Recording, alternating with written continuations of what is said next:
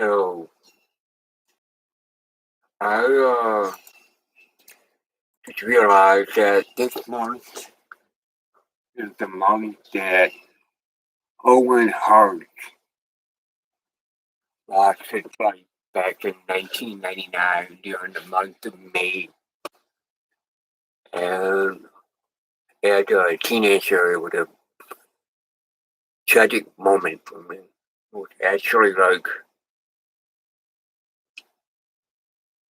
my first very emotional experience with death in my life. And,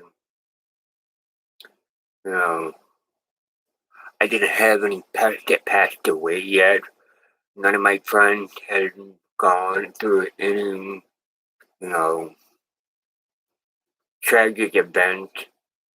And Owen was actually my favorite wrestler growing up. And I idolized him specifically because he was Brett's younger brother. And I could relate to him on a lot of things, especially like being in the older brother's shadows. And they go. Now, when I watched the pay-per-view over the edge at my friend's house, it was just a typical day, My friend Ryan, his dad had a way of getting those cable boxes and get them to be unscrambled. It was illegal back in the day. And, whenever they were pay-per-view, he's like, hey, you want to come over and watch WrestleMania or Royal Rumble or Survivor Series or all that shit? He didn't realize it, but he was my escape, my friend. He was my escape from my home because, my personal life at home was not all that great. And I escape home a lot to go to my friend's house, and pro wrestling has always been something that helped me take my mind off of things happening to me at home. Like a shitty brother or my mom's ex-boyfriend doing stupid shit to me, you know. And, well, wrestling, even we all know it's fake and scripted, and people put on the show. It's entertainment, and it's like people say they're stunt actors and stuff like that, but they really are actually. They are very athletic human beings. They are actual athletes. They're more so that than actors. It's just you have to train to be able to take two roles and put them together between acting and athleticism. Athleticism. I can't pronounce words well, but whatever. You understand what I'm saying. And they put those two roles together to tell a story that get fans emotionally invested, and that's why it's been around for a long, long time. Pro wrestling. You know, Later on in the latter years, when people started realizing, oh, pro wrestling's fake, and everybody started, getting up in arms about it, flipping out over it, and it's like, it can't be this real to me, damn it. And well, pro wrestling, like I said, it's an escape. People have music, people draw, write, go do all different kinds of things in their lives and create hobbies out of it. Well, a lot of other people like to inflict pain on each other in a scripted way. It tells a story. The battle between good and evil, face and heel, kayfabe and stuff like that. Now, I'm not a very popular dude. I'm just giant dude. I'm a weird dude. But I don't know why you even have to bring it up. I'm actually deaf. I'm not deaf, but hard of hearing. Have a huge, profound hearing loss. I would get picked on a lot. And pro wrestling gave me that confidence, that courage. pro wrestling, the guys that we watch, go up on, they have that ego, that much show the macho attitude where they don't take shit from nobody, and then they put up a fight and they kick ass and they become badass guys.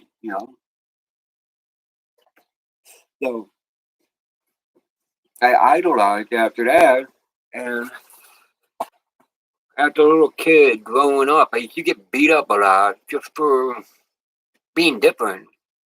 And then as I got into third grade, fourth, fifth, that's when I had enough. And pro wrestling gave me that confidence to fight back at bullies and start fighting them, beating their ass and shit, right? Well, let's get to why we're here. Owen Hart was born May 7th, 1965, in Calgary, Alberta, Canada. And he tragically lost his life May 23rd, 1999, at a WWF pay-per-view called Over the Edge in Kansas City, Missouri. It was a horrible, horrible night for a lot of people that attended, as well as all of Owen Hart's brothers and sisters that were working in the back. His family was destroyed by what happened.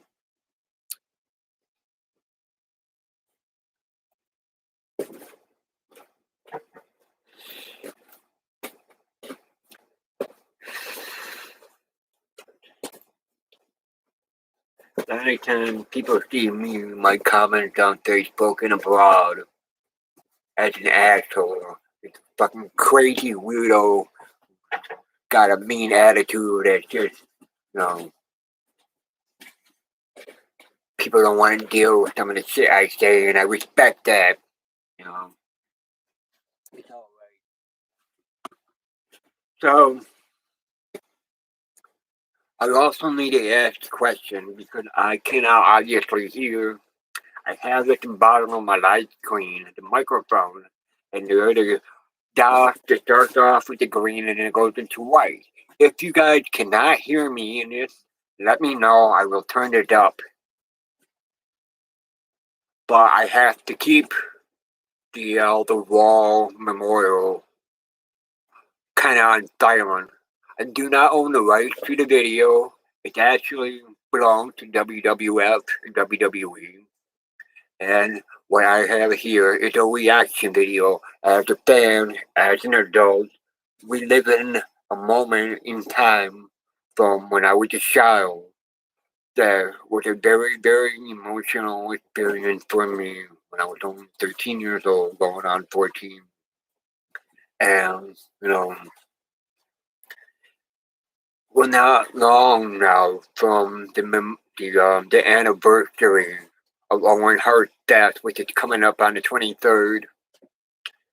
And already now we have that Dark Side of the Ring coming out with that Owen Hart video.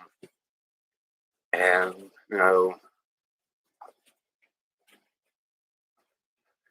as a fan, you want to know more about the situation. But out of respect for Martha, it's hard to let go. And, we as fans too demand, accountability. We know the hands that were paid in this. That's why we don't like them. We are well aware of what goes on backstage in WWE. Very well aware. But a lot of wannabe fans try to destroy the fact, the proof, and just want to keep babbling about John Cena or Roman Reigns or Brock Lesnar and all that dumb other bullshit. They don't want to know about the actual fact, and they think we, the people that lash out at WWE, hate everybody involved. We don't hate the wrestling to tell them. Absolutely not. No, no, no, no, no, no. Never that far. We hate Vince.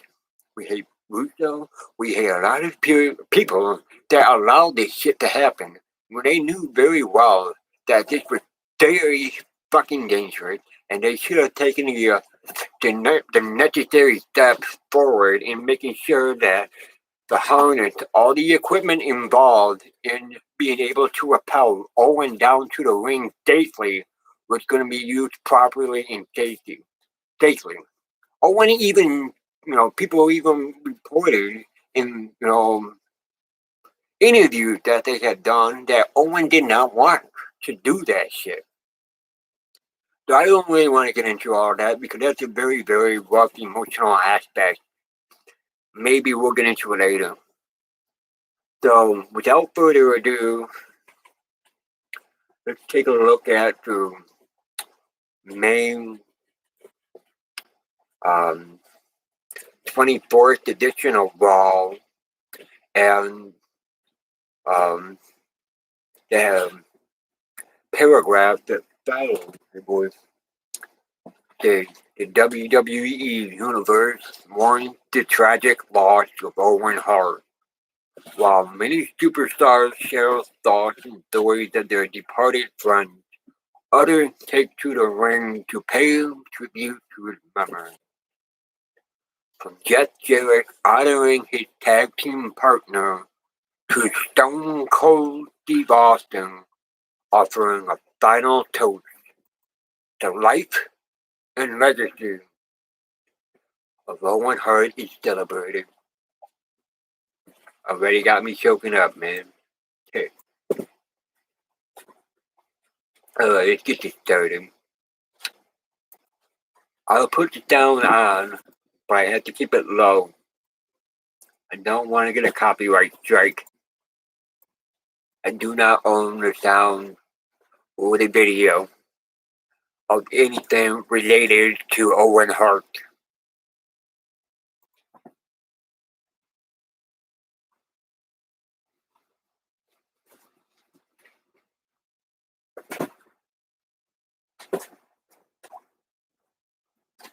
I miss that old intro.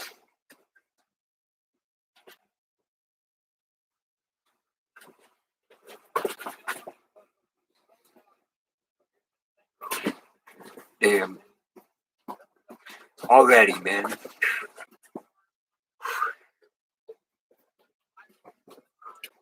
Definitely looks so young in this video. Yeah, she looks so young. You can see in her face the innocence, she's so sad. And you can see Mick Foley behind her, just struggling. And there's Mark right next to him. He's trying to hold them to his back, and they keep rolling.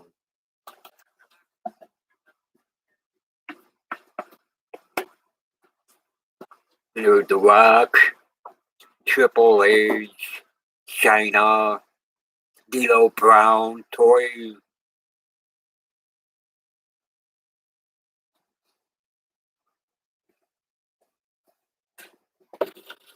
I'll be right back.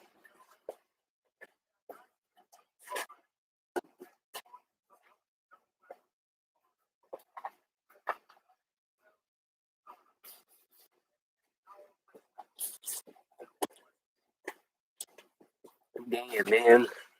How we're thankful. You got such a good voice that hits you right there.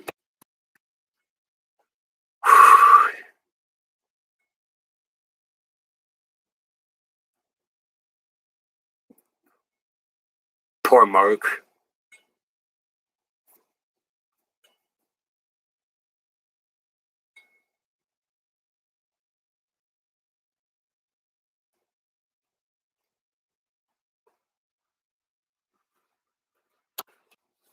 I'll say this right here, right now. I wish I had a brother like Brett that looked out for me.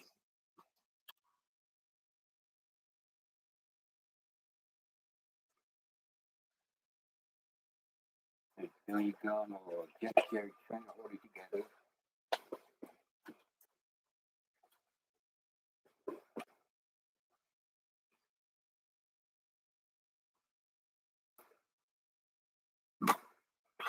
Excuse me. Jerry, Jerry Lawler is struggling.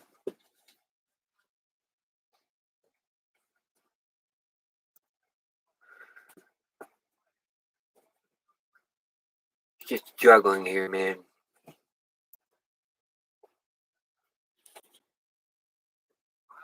I will give you a little glimpse.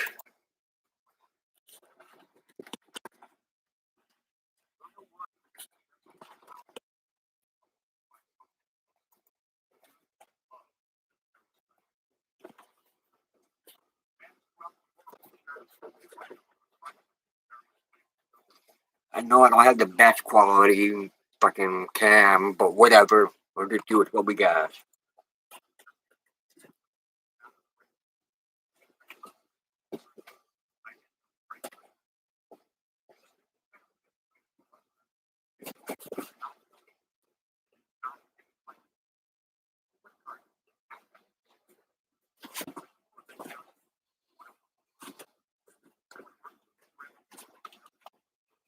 You know how you have that feeling of something that makes you cry so easily?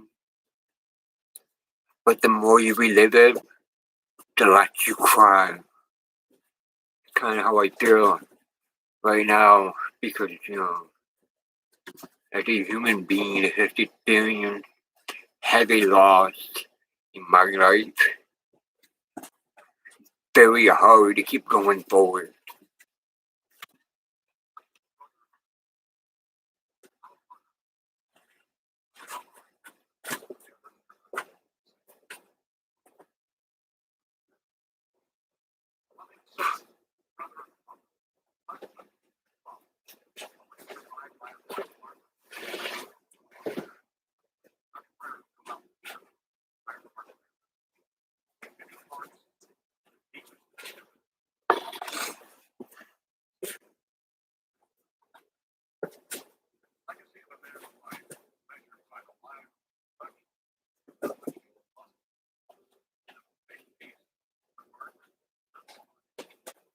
Did you hear that? I'm gonna try to rewind it a little bit. What they said was,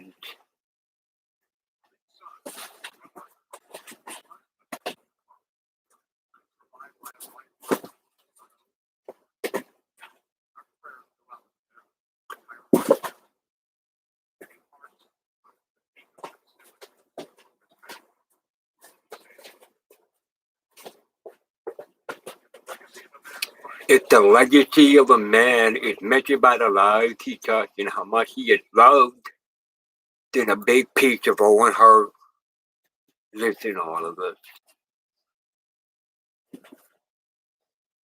Will live on.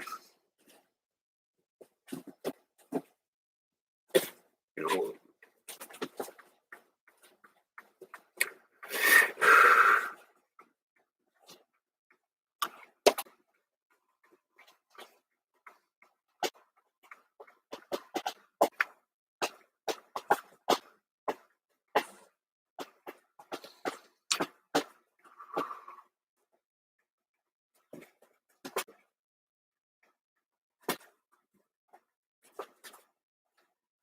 seeing big men cry, man, bring you down.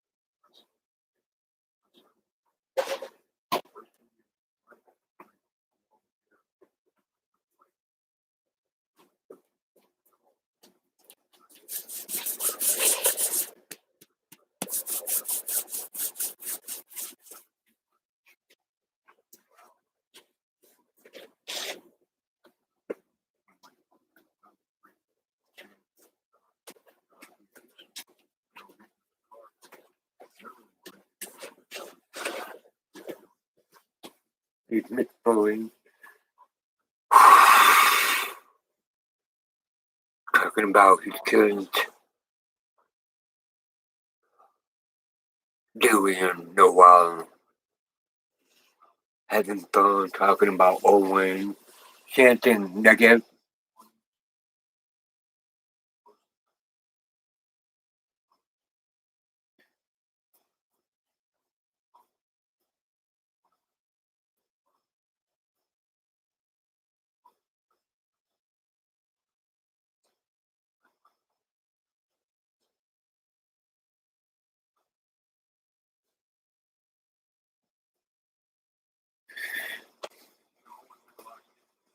Look how you need stories about Owen was just a prankster.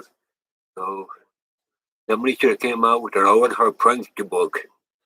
Our proceeds go to the family.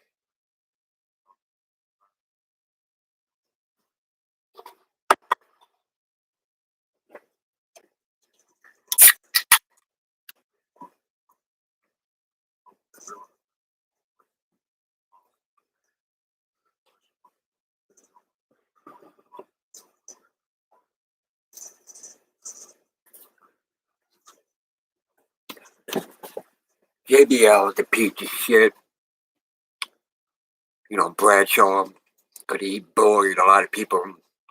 But we started speaking about how Owen kids are going to grow up to miss what a great dad is. He's serious.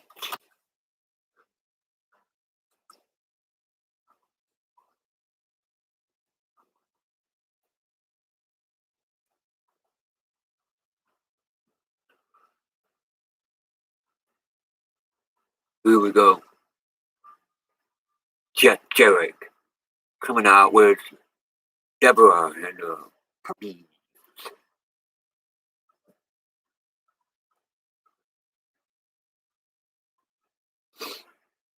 She had the weirdest fucking face and a hairstyle back then. She had a hot body, but the face just didn't work with it. I don't know why. The hair is just stupid looking.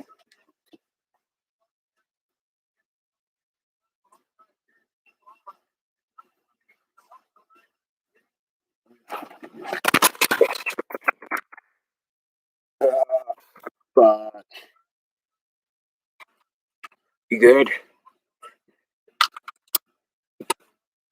The hell did happen here? Oh, let me fix that. Technical difficulty. You didn't knock the laptop down. Alright, we are good. Get back into the swing of things. Good, now not mine. Here comes Cat. Another wrestler we lost. I'm not too familiar with exactly how he passed away.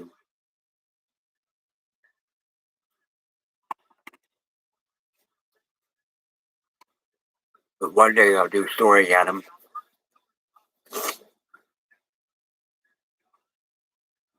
The Owen Hart Memorial Tribute. All the fans in the audience,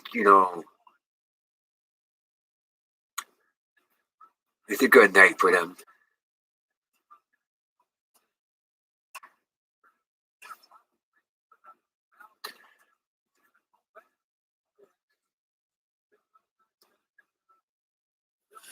So I'm gonna go ahead and skip towards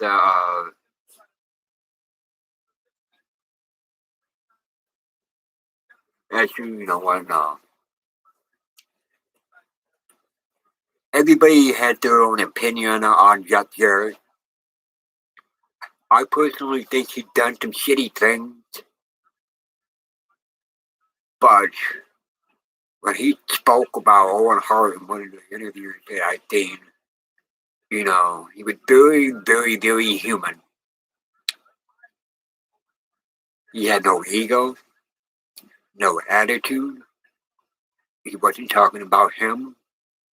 He was talking about someone else, and basically that person in their life. And he was talking about one of the only friends he had in this world, and that friend was Owen Hart. Owen Hart could make friends with anyone, and you know what? No matter how shitty you were, Owen kept you in your place and made sure you didn't do no shitty things around him. He didn't give a fuck what you did outside of his, presence, but he kept Jeff Jarrett in mind.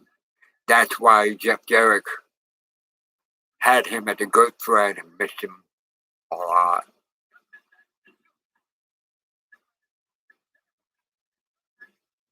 Now we're coming up on Deborah walking up on the side of the apron, tempting Tess. Why are you grabbing your nipple, Tess? What are you doing? And just slapped by Deborah, and then Russian night sweep by Jeff Jarrett. Now facebuster into Owen the sharpshooter. People thought he was going to do the figure four lock, but the sharpshooter.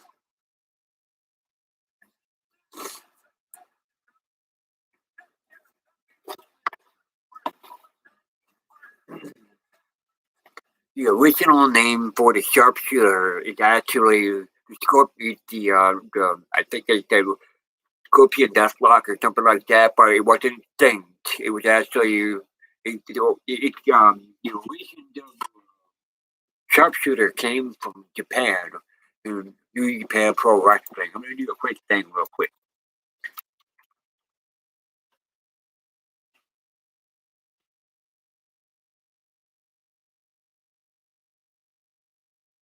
Okay, here we go. Its original name was called Dactori Gatami. I might have said it wrong.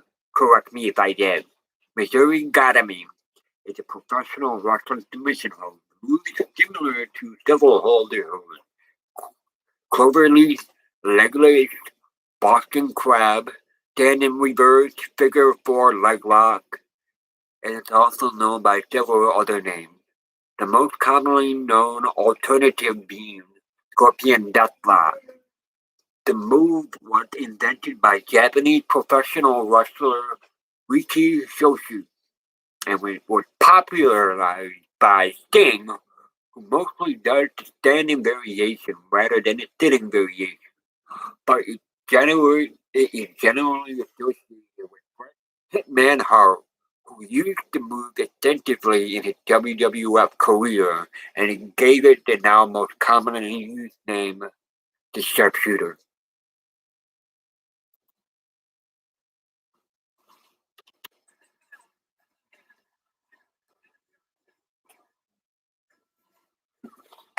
And your winner is Jeff Jarrett. What's going on, buddy? You know what I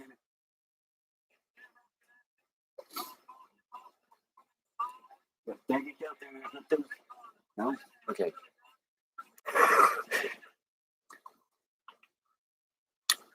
Oh, shit.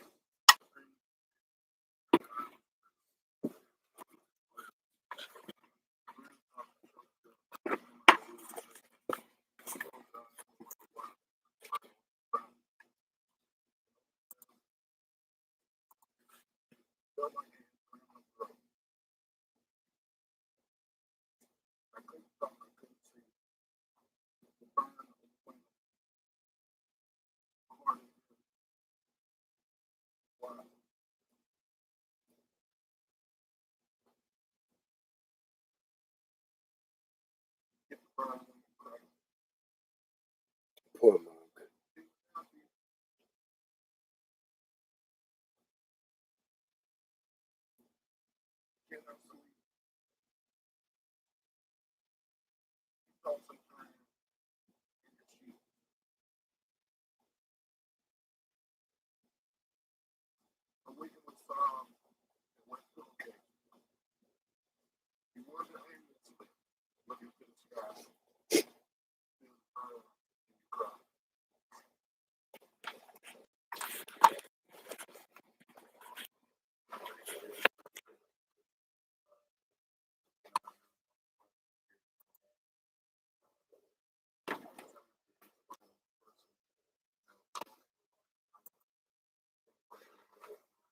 Uh, we have drawn. Fortunately, the jaws is still with us. You're still paralyzed, but you have the good life now. I mean, I can't say he personally can say he had the good life, but judging by how he's doing and everything he's going through right now, and how he's getting around, he's got a really cool wheelchair too. It looks like a fucking tank, but you know,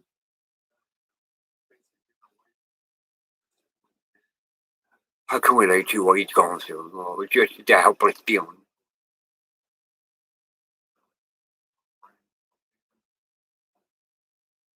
He was still like a noob. He was still fresh when he was coming in. He'd only known Owen for about a year and a half or so. So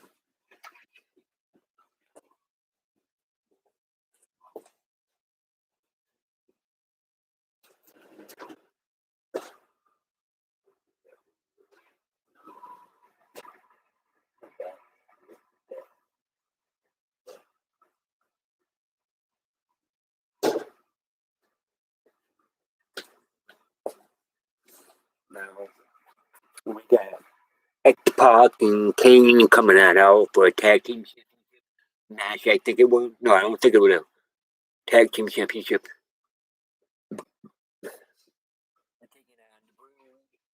Edge and Christian.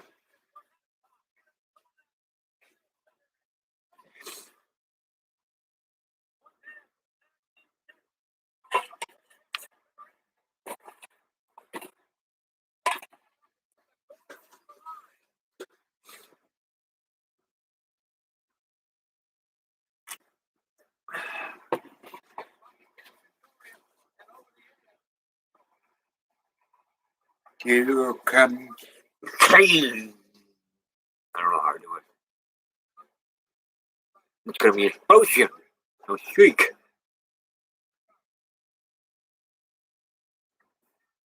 I'm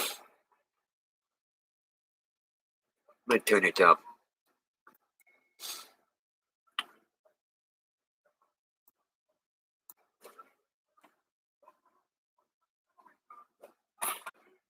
I had no idea if it's sound on the TV or not.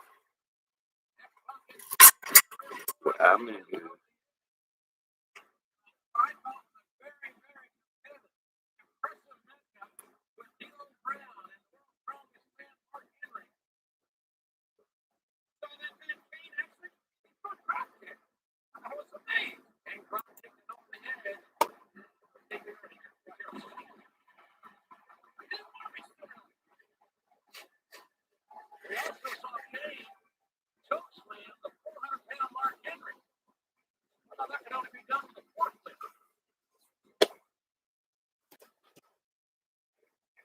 Jerry always says some of the shit he should not be saying live. Talking about somebody's weight and to pick them up with a forklift.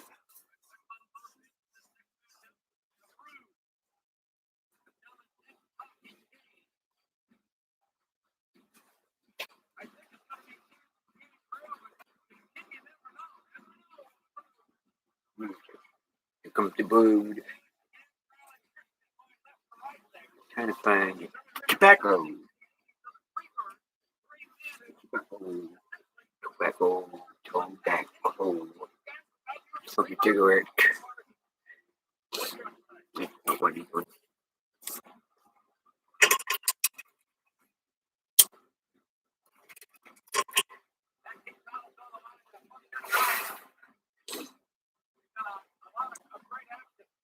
That old song they had was kind of cool. Yeah, wow. Wow.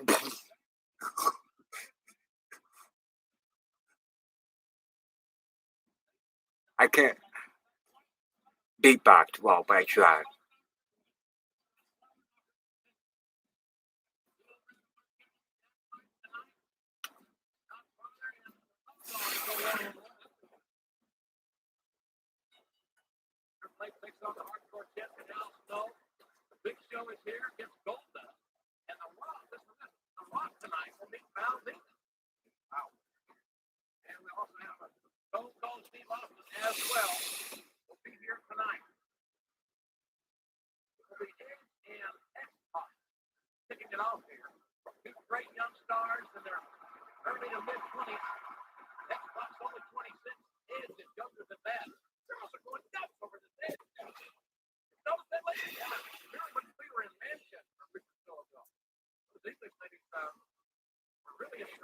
Got Hart and Edge.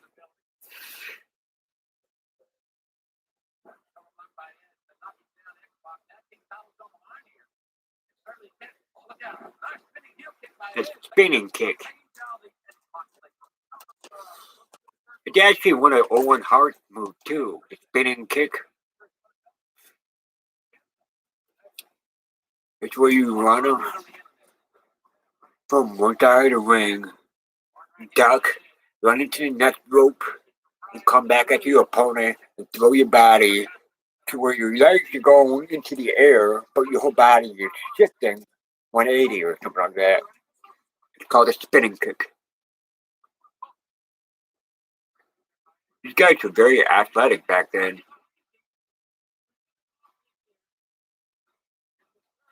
They put on clinics, Wrestlers had more than just 3 moves. Nobody liked to watch this more bullshit back then. Even Undertaker did more moves back then too. Now Kane's coming in. Now Kane don't want none of that. I mean, Gangrel.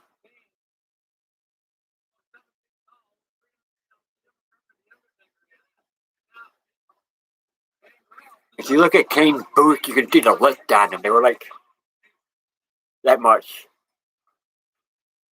He's already tall. They just didn't want to try and make him taller.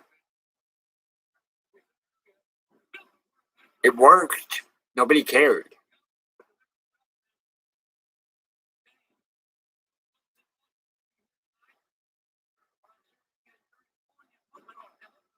Kane could do some pretty cool moves too. Like the spinning backbreaker and shit like that. He was very agile.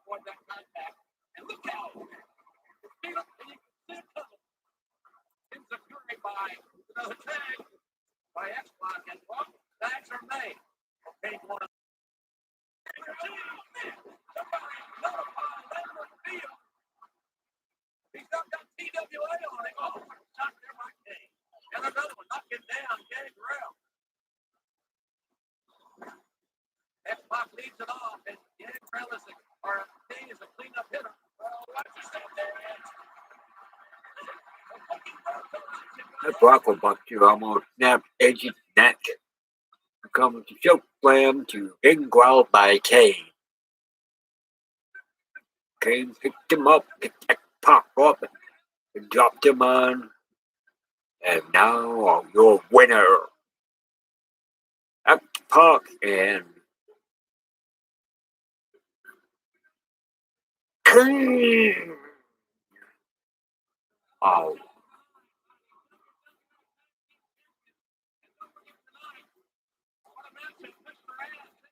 Saying that's for you, Owen. That's for you, Owen.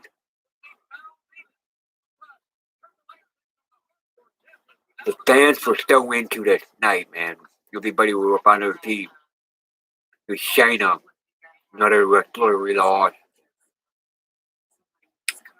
That's another reason why a lot of people dance like me, hate WWF, WWE with a passion, especially Vince, because they destroy lives like her and Animal and so many other people.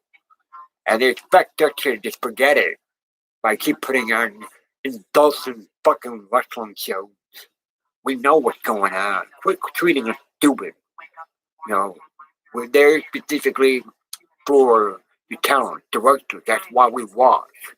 But when you treat them like shit, we refuse to sit around and watch them be insulted and embarrassed. And when they destroy lives like Eddie Guerrero, China, and a lot of other people because they have to resort to drugs and alcohol and all that to feel better, to be able to cope with their lives. You're setting a bad precedent for others. And Triple H is struggling to speak too. This is where you need to get some cleanup. Crying.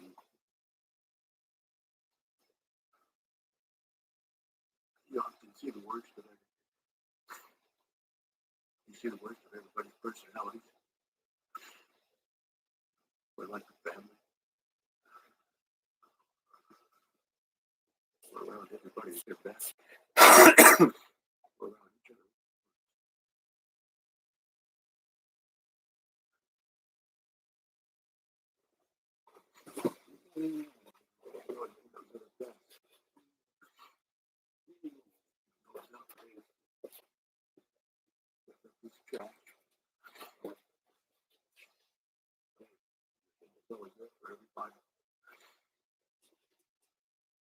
Laugh.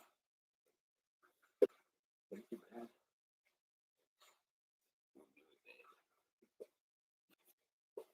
Grab the end of the ring. So bad you want to choke him.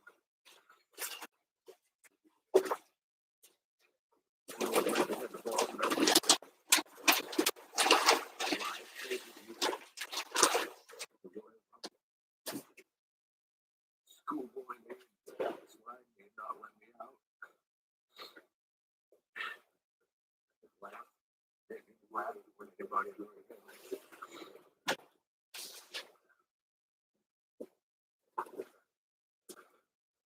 This family. Talks about them all the time. What a guy that you really felt was true about that.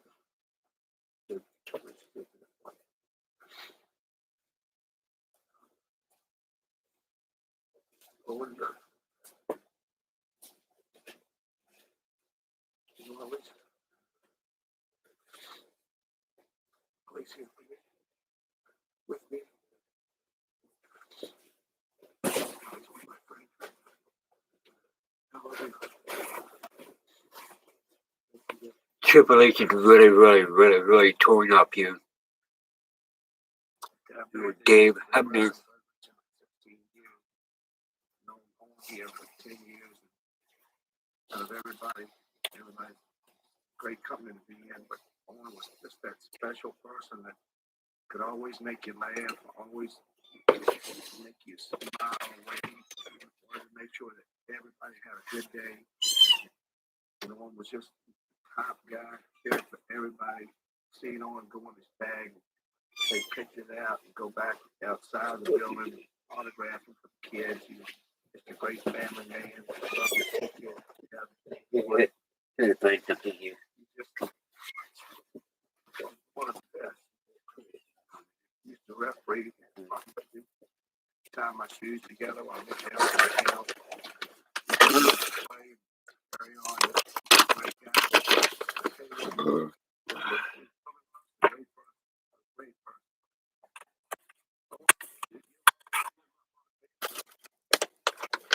A lot of people are heartbroken. Even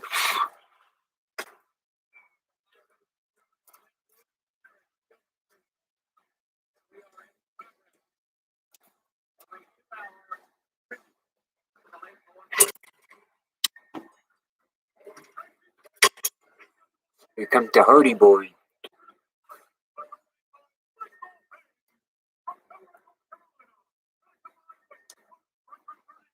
At a time when he started breaking out and started getting recognized.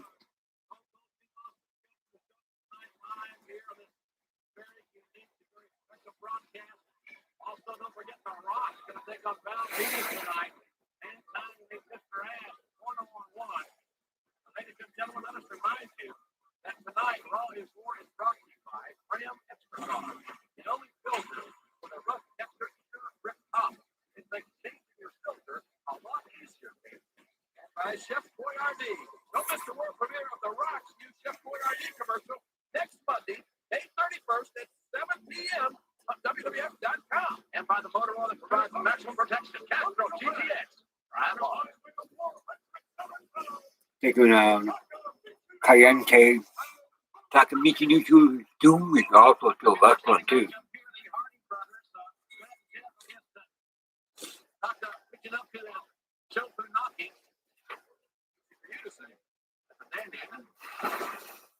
Matt Hardy.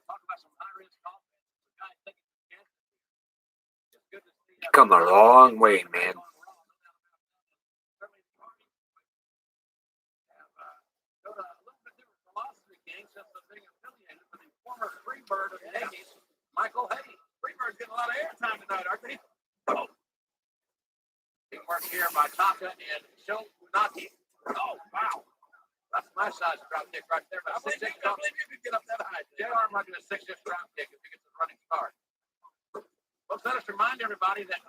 WWF will be headed to North Charleston, South Carolina, Dayton, Ohio, and Kingston, Dominion, Virginia.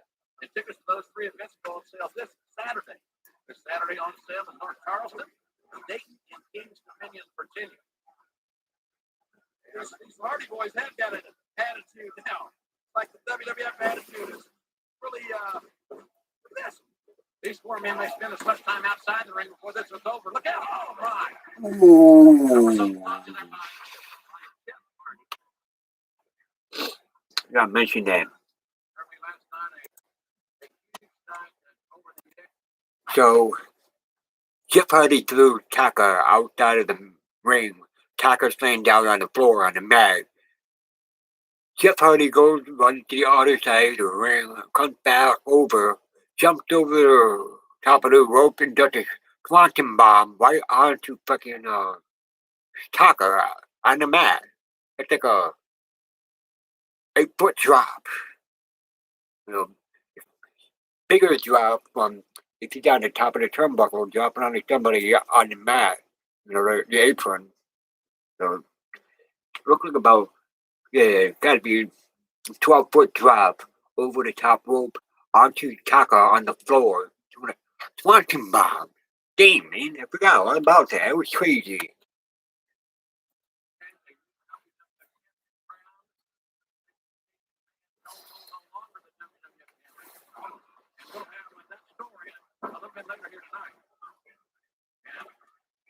Hardy, you know, they seem very unassuming back in the locker room area. At least they did until a couple of weeks ago. Now they got to walk around like they got a little chip on their shoulder. But, you know, they've always had the moves. They've always gone off. Look at this. They've had what it takes, I mean, technically in the ring. They lack a little bit of size, but what they really lacked was, well, when we talk about that attitude, and now I think, oh, wow, wait. WWF has always had an uneasy,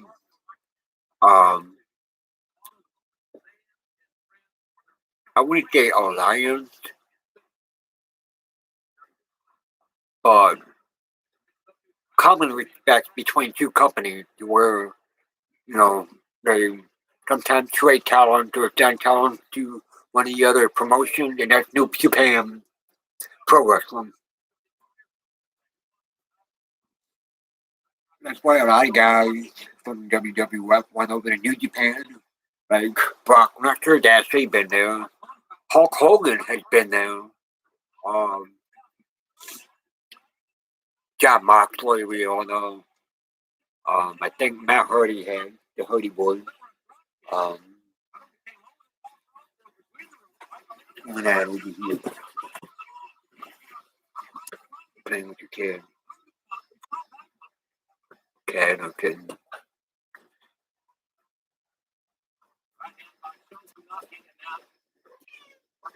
I lost my train of thought, sorry.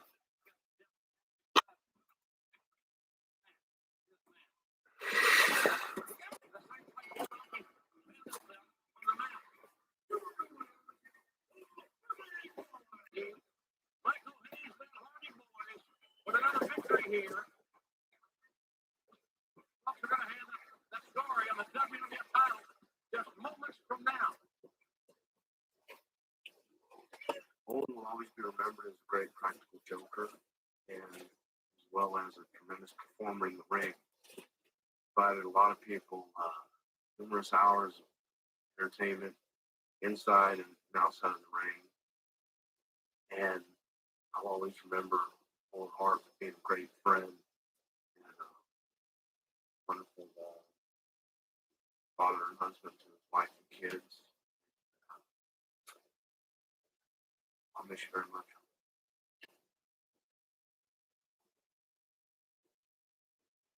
A couple things I remember about Owen Hart that stick out in my mind the most is Owen was a tremendous family. Dustin Muddle. Or Dustin Wood. When he was on the road, he had such a good time. He was a prankster. Funny story to tell you is that every time we would come to Kansas City, Missouri, Harley Race would invite all the guys over for some chili and barbecue and stuff like that. One day, we all came over and Harley cooked a big, giant pot of chili.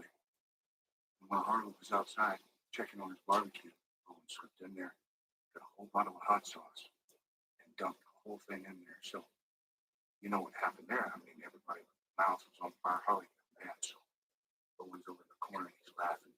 We're all giggling, laughing. Harley brings out his stun gun, one of those little shocker deals. Goes after Owen, and you should have seen Owen. I mean, he was going crazy. It was the funniest thing you ever seen. So, kind of. Harley was shaking Owen Hart around with their taser gun. Forgot about that.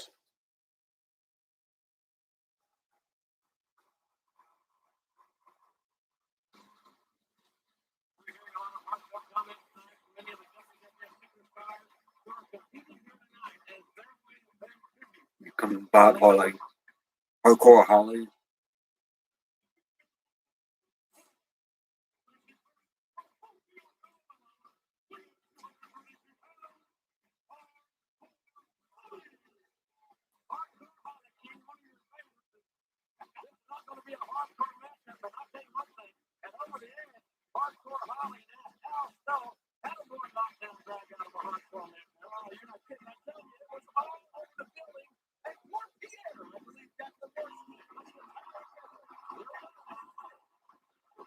They come Tim Shamrock.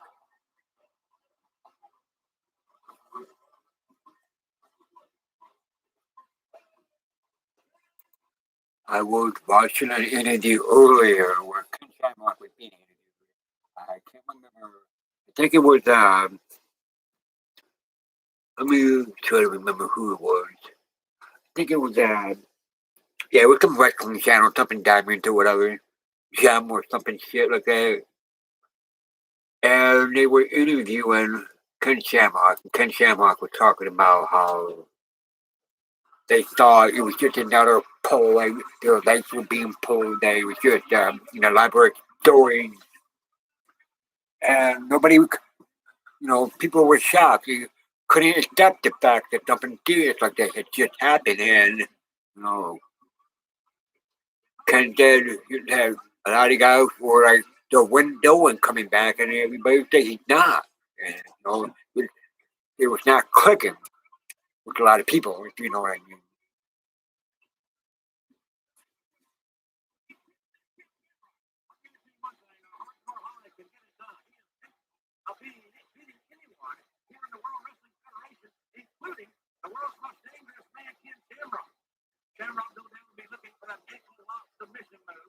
Ken was an awesome wrestler back then. He still wrestles too. I've heard you say that. I think he needs to get that second spot. Shamrock got a little high run and over the edge. And certainly the officials among the athletes felt the blow of that blow. I say that. Oh, good move there by Shamrock. Great move there and a near fall. Both these guys are tremendous competitors. Shamrock has really perfected his bad wrestling skills. However, Hardcore Holly may be the better all-round pro competitor. They got more experience. That's going to Holly is one of the most competitors in the World Wrestling Federation. And Holly's got to maintain his composure because I got a feeling that Shamrock will not.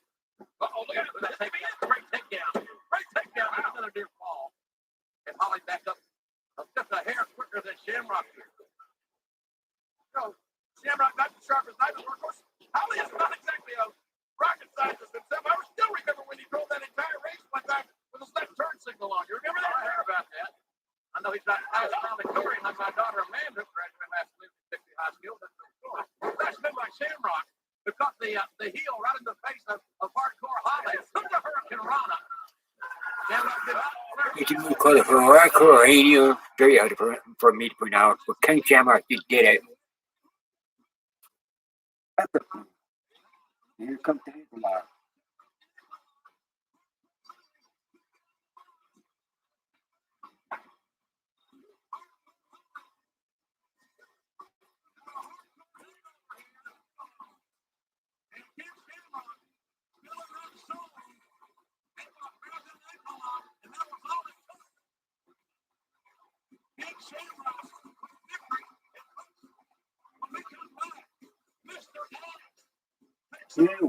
Really way how the cats pointed out. Green. Now we got Ryan Timmons. This is my family away from my family. We all love each other. We love Owen very much, and he knew it, and it hurts a lot. It really does. We're gonna miss him a lot. You know, that's all I can say. You know, it's just hard to put it in words. So we're gonna miss him. Ryan Timmons struggling to speak. Glad to share more. Tell. After this story, just happened a few months ago. We all came to Chicago, coming into the double shot, which is 2 shows in one day.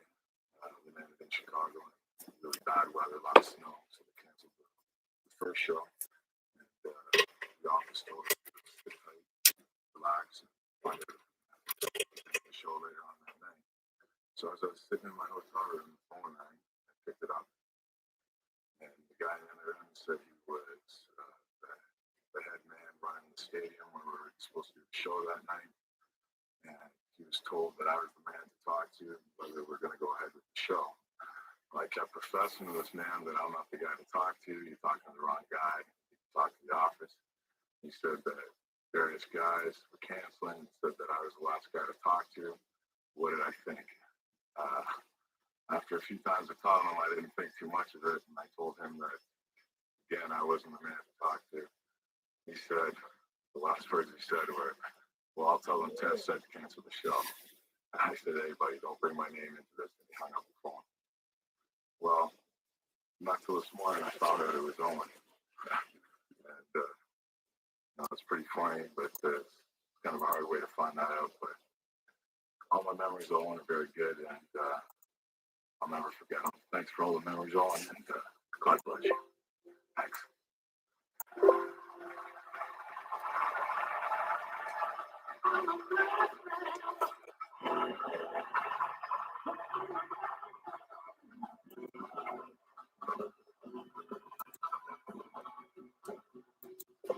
So here comes Mr. Ass. Badass Billy Gunn.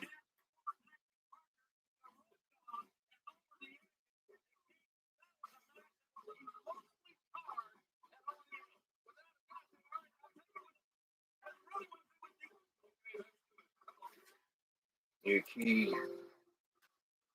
you go. Let's do it, Kip. Come on, Kip.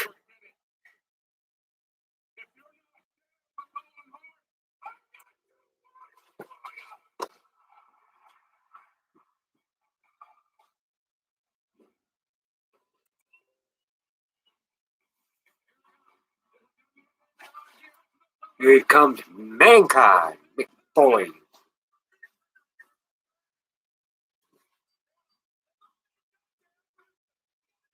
With PMS. PMS now there with him.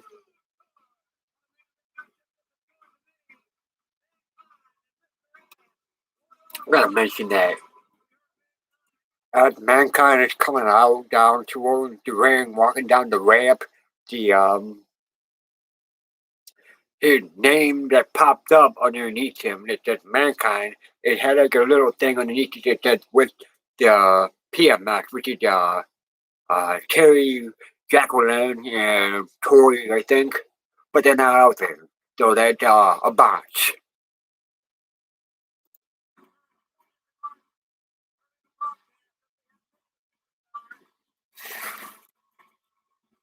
I like how these guys, they're not being too serious to each other in the ring. They're enjoying the night with the fans, giving it to Owen Hart. They're having fun.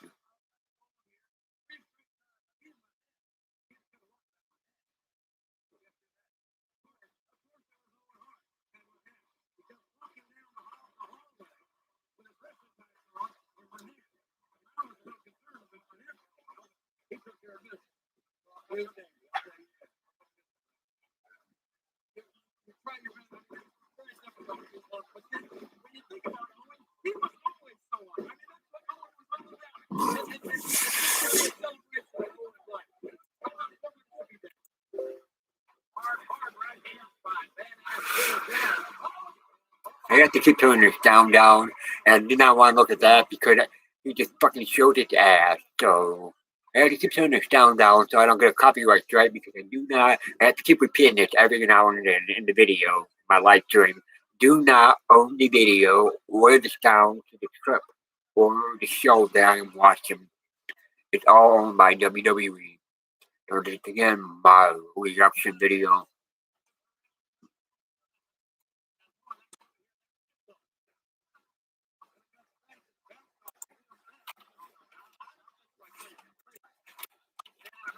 Yes, I had seen it before.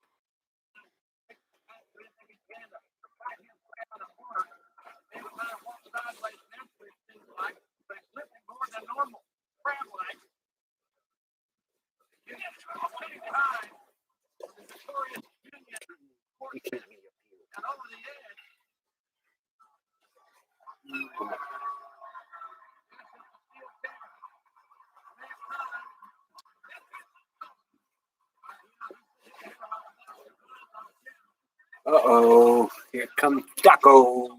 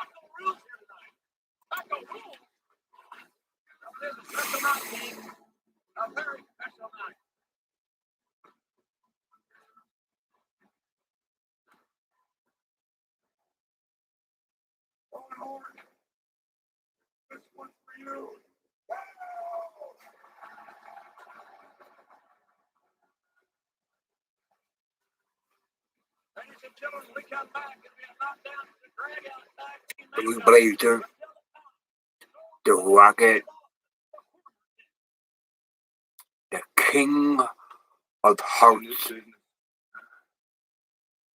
guess you got a lot of acquaintances, but very few friends.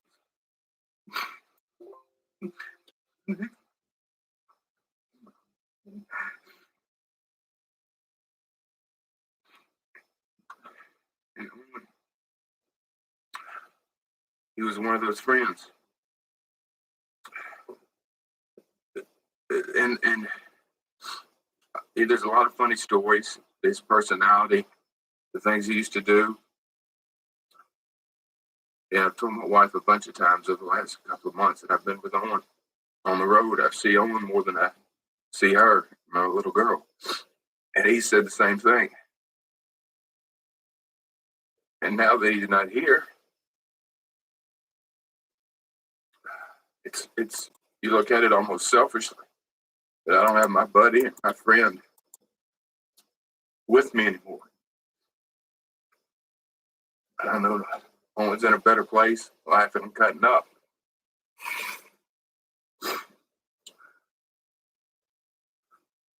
But when you really think about Owen's life, I think about integrity. Because in this business, it's cold, it's callous, it's selfish, it's self-serving, it's unrealistic, it's a fantasy world. But Owen was real. He was a man's man. His wife and kids. Three of the luckiest people in the world.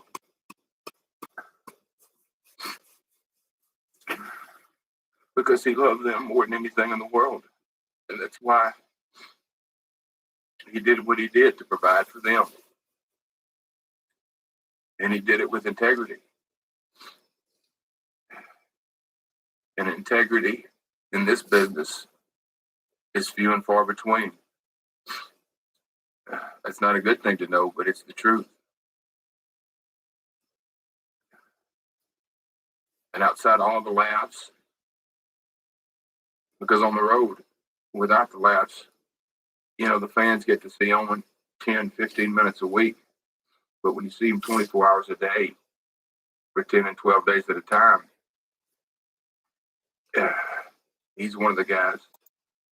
Chef Cherrick is very right about Owen loving his fans. He really, really did. I even had a personal experience with Owen Hart myself when I went with a friend to see him and many other wrestlers perform at a house show. And I think it was at the Palace of Auburn Hills. And he was teamed up with the Bulldog, British Bulldog. It was my first time seeing him and Bulldog in person. It was actually my second, no, it was my first time going to any WWF event, house shows. And I worked all summer to save up money from cutting grass just to buy a ticket. And I had to find a way of getting there. And, I wasn't going to let anything ruin this chance of me being able to experience a once in a lifetime opportunity.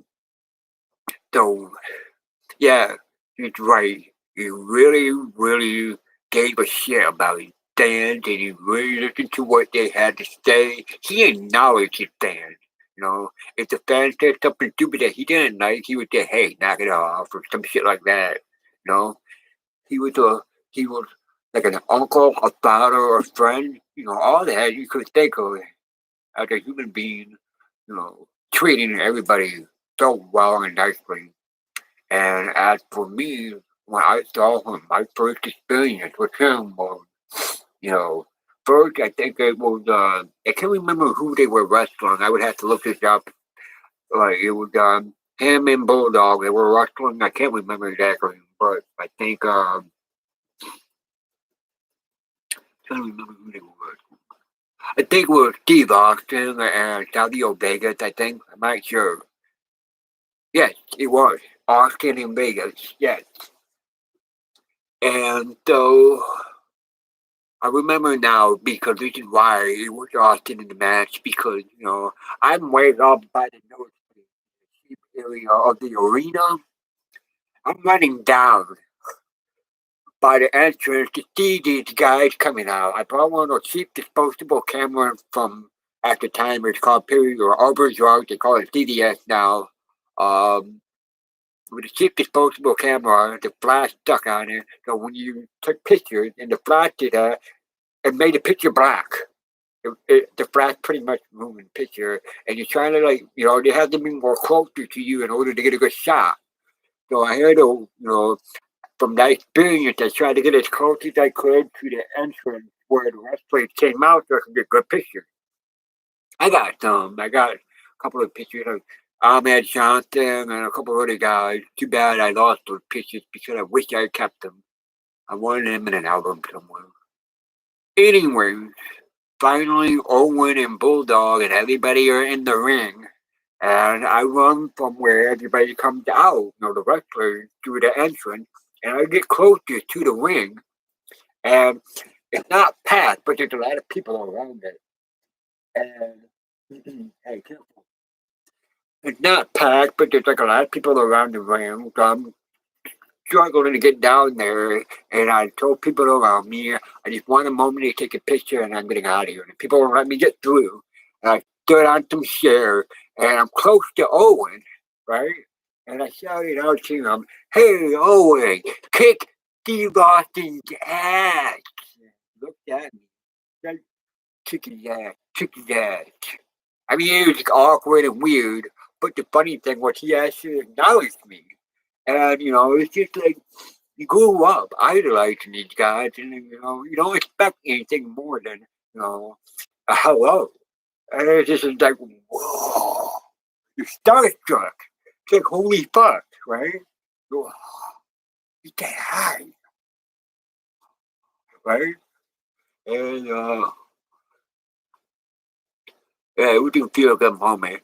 And then, after the match, you go home and talk to your friends about the wrestling show that you just went to, and you tell everybody that, "Hey, dude, Owen got me.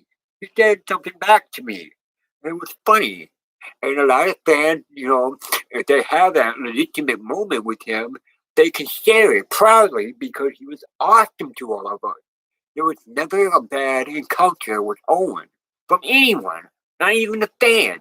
He was awesome to strangers too, people that he spent the night at. This is the true story. He spent the night in fans' homes too.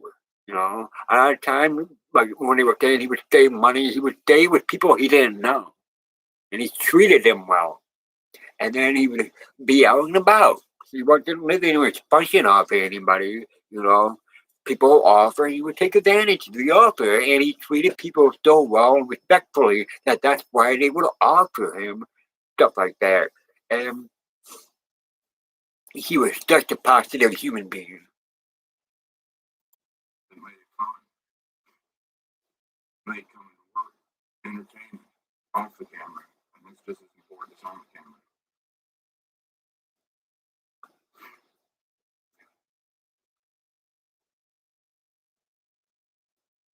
Owen,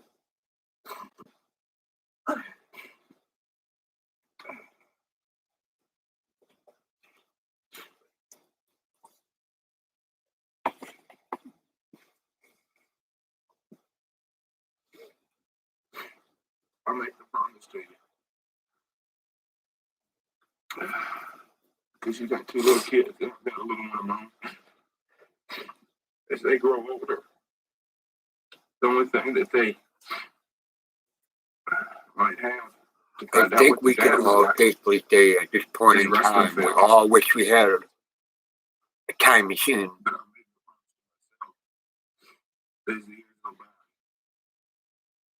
I'm going to do my best to let OG really know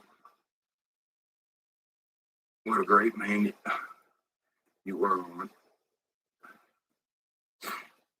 Jeff Jack, if you're watching, now this you probably won't be. But you need to remember what you said in that video. Turn into a piece of shit. And we got Edge. To me, Owen was a type of tour to me. He helped me on the road when it came to traveling or match. But the thing I remember most about Owen Hart is his ability to make me and anyone else laugh. And when I think of Owen, I smile. Today it's a little bit tough. But I think of some of the things Owen did. And I had the pleasure to wrestle Owen in his last match in Chicago, along with Christian against Jeff Jarrett. And I knew Owen was in a good mood that night because he came out with his blue and white boots and his black and silver and red outfit. His hair was all messed up. He had a goofy look on his face and wearing his Time for Change t-shirt. And he got in the corner and he started hitting poses and flexing. And we got into the match. And, I had him in an armbar. He tipped up and he wound up and he gave me a big judo chop with a hi-ya and chopped me down. And we had a good time that night. That was Owen's last match. And it's nice to be able to, look back on things like that. I'm not crying. You're crying. He made us all laugh. It's going to throw it. I grew up watching it. And I got the opportunity to wrestle on pay-per-views on TV. Germany, Raw, you name it. I wrestled Owen. And I traveled with Owen. And to his family, Godspeed. We're going to miss it. Heartbreaking for Edge. Ladies and gentlemen, we are in the process of the most unique broadcast ever in the genre of sports entertainment, a 2-hour celebration of the life of the late WWF superstar Owen Here comes D'Lo, Mark Henry, and I believe they loved him.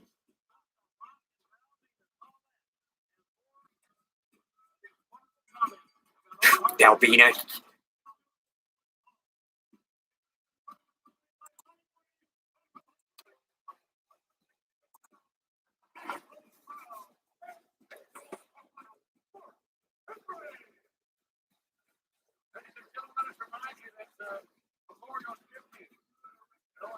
Owen Hart Memorial Tribute. The Alberta Children's Hospital, 1820. Dude.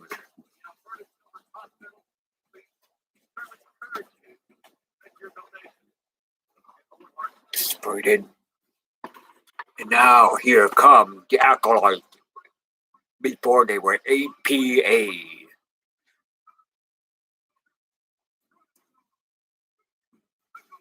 They really don't want to wrestle. You can see in their face they don't want to wrestle. So they're just going to go out and put on a show.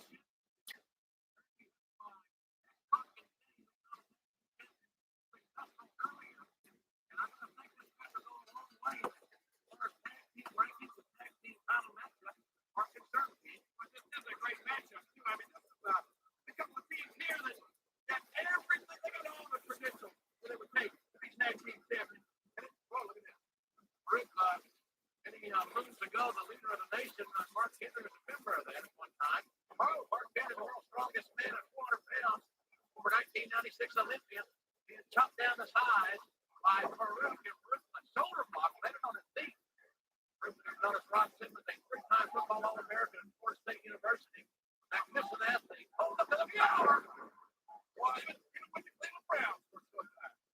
Mark Henry just snatched Farouk out of midair, and now the young prodigy D'Lo Brown is down. Just got a jawbreaker from Farouk who tags in old Bradshaw. We know Bradshaw fights in the drop of the hat game. I didn't. Anywhere you want to fight, he'll fight. Including baggage claim, airport, doesn't matter. Right hand by D'Lo Brown. And Bradshaw took the right hand. And then So we got Bradshaw and D'Lo Brown in the ring right now. Put it on a show.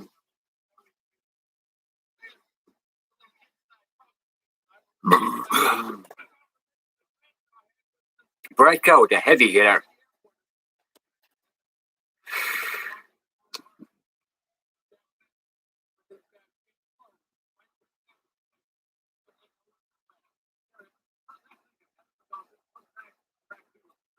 I gotta say though, when they spread Undertaker's character upon the others into the ministry, they did create some pretty cool outfits.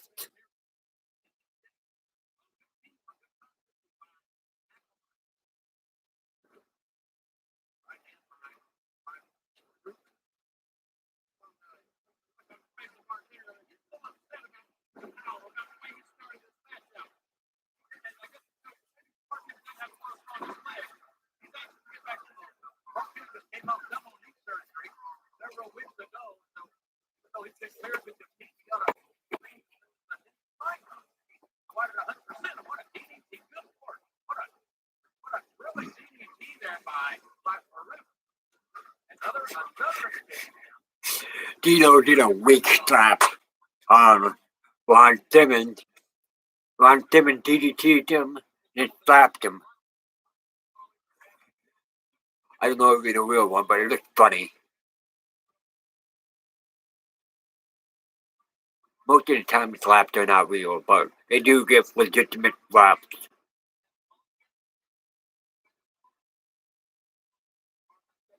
Not full strength slap, though. The loose hand slap, though. You know, you just throw that shit up like that, so it don't hurt. There's a difference in being able to take a turn hit, like the slap. If you put your strength into the slap, then you're gonna hurt somebody. But if you keep your hand loose when you slap them, it doesn't. It helps to style the move. And the person that's being slapped, a lot of times they react before they get hit. So in slow motion, they're moving their head away. But a lot of times they want to stall the move by making it appear stiff, so they don't flinch when they take it.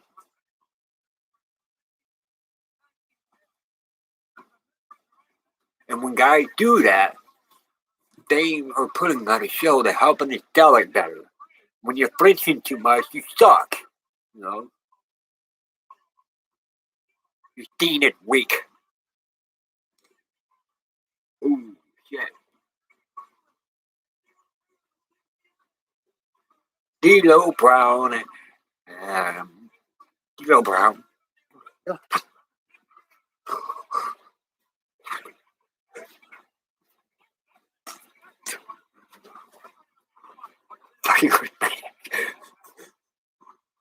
So, God damn, man. How can his neck handle all of that? Gonna bobble off his fucking body one day.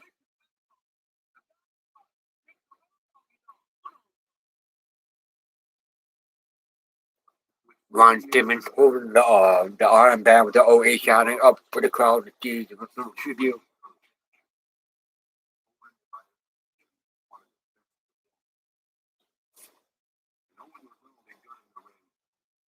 Owen outside of the ring was marvelous. Great person. He was fun to be with. It was a pleasure to be with. He would be missed greatly by people all over the world. In all the years that I've been around, very all missed. the years that I traveled around this business, I have met anybody that disliked Owen. Owen, I want to thank you for being the person that you really were. I'll miss you.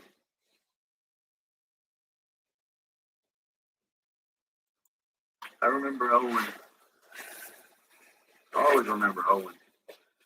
He was, no matter what kind of mood you were in, he always made you laugh. He was a big ribber. He pulled harmless ribs, and he'd even rib himself to get a good laugh out of everybody. Rib somebody else. But the one thing that really sticks out in my mind, what he did for me, was about 3 years ago, we had a show in Mobile. And of course, Mobile's my hometown. And he volunteered to put me over, right in the middle of the ring. And that's what I really remember most about him. But Owen never had any enemies. And he was the kind of person that you could be around all the time. He was aggravating sometimes, but he always made you laugh. Maybe gone, but not forgotten at all.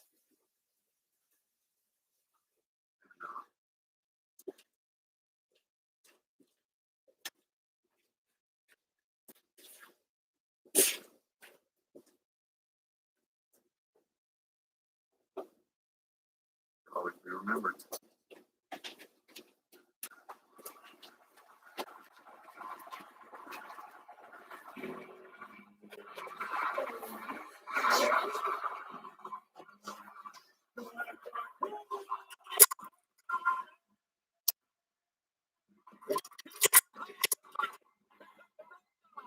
New Age Outlaw Bulldog. Jesse James. My brother's first and middle name is Jesse James. Does not fit him. He's not an outlaw. He's a fucking slave. I'm the outlaw, motherfucker.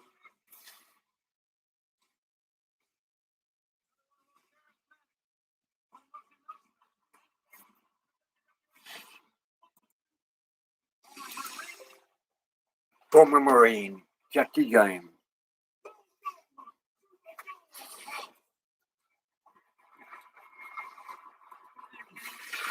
Tonight it's Owen house.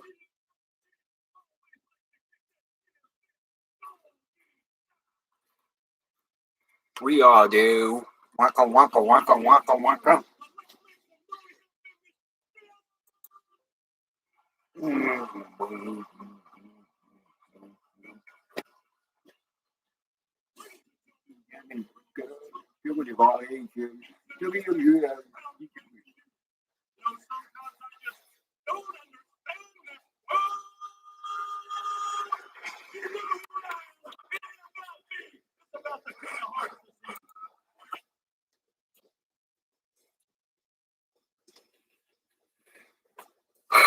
Alright, they got me right there. I don't know if you heard that part. I mean, ladies and gentlemen, boys and girls, chicos and all ages, degeneration act probably bring to you. You know what? Sometimes I just don't understand this world.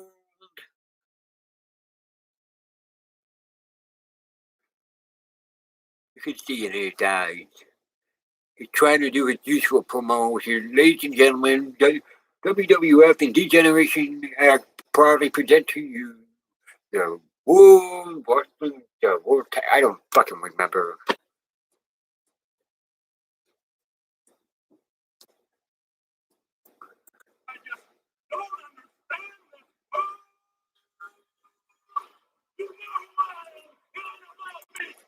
You know who I am. It ain't about me.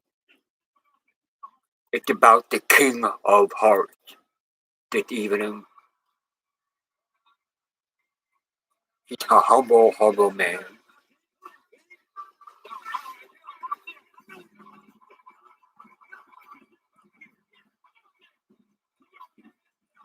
Here comes Godfather.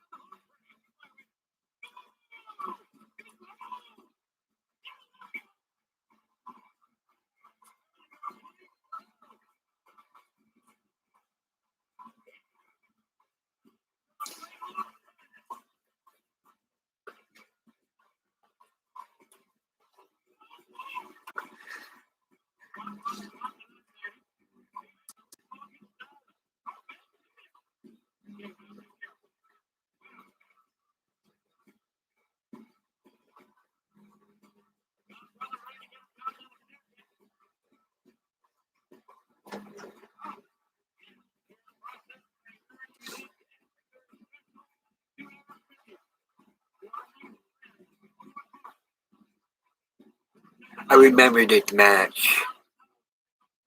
They didn't wrestle, they chose not to.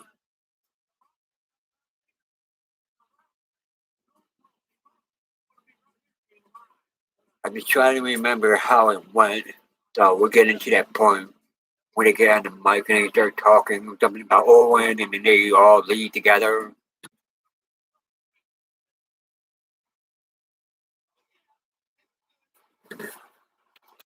And the Seaman, the guy that Godfather,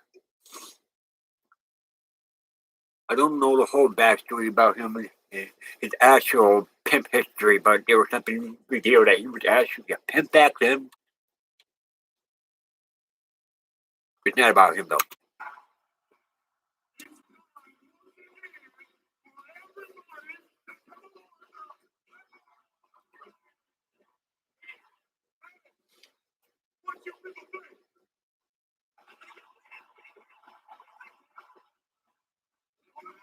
objectifying women and the women don't care.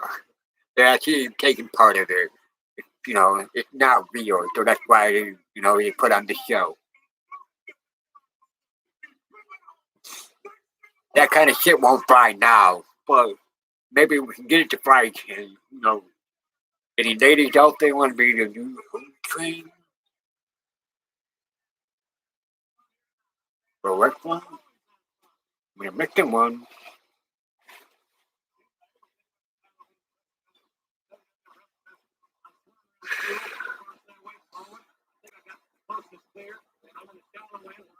Godfather spreads the rope wider for the girl to get out than Macho Man did for Elizabeth.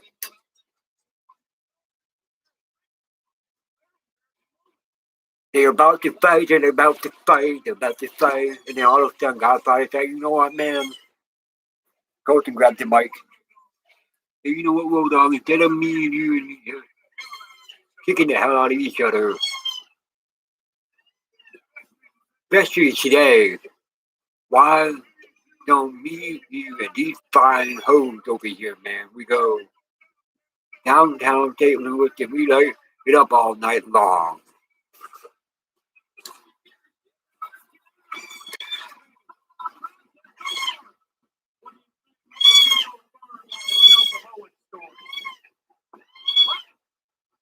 Go boom one and tell some Owen stories.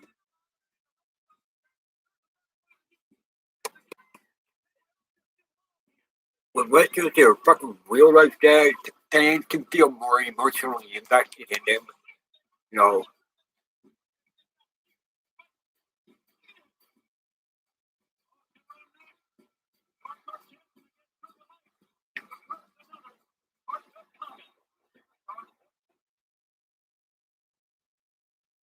He will not grow old. there's Paul Bearer.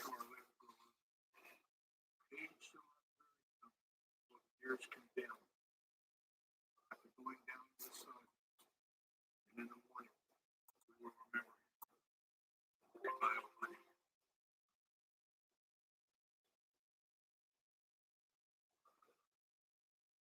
I think everybody would agree that Owen Hart's probably one of the funniest guys that ever walked the face of the earth. There's X-Pac. Definitely the funniest guy I've ever met. He's got a different sense. He has a different sense of humor. But I mean, the guy is so funny, man. And he's in the ring, just one of the best ever. One of my favorite guys to work with. We walked in here today, and everybody's crying. Walk in here and just the tears start rolling, and it's like a freaking nightmare. You can't believe he's gone, and we're gonna miss him. I know I'm gonna miss him. Just want to say a prayer for I miss him as much as I miss my mom and my grandmother. his 2 children. Just want to say Owen Hart, one of the best guys I've ever met in my entire life. I miss you, Owen.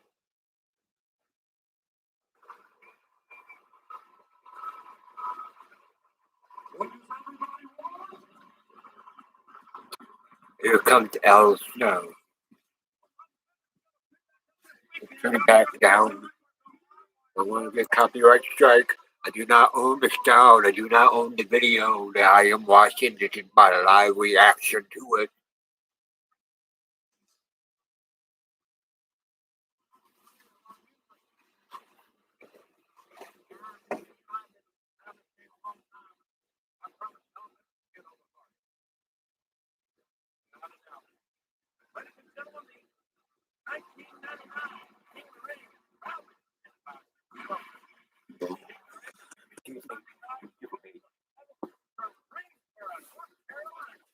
Excuse me.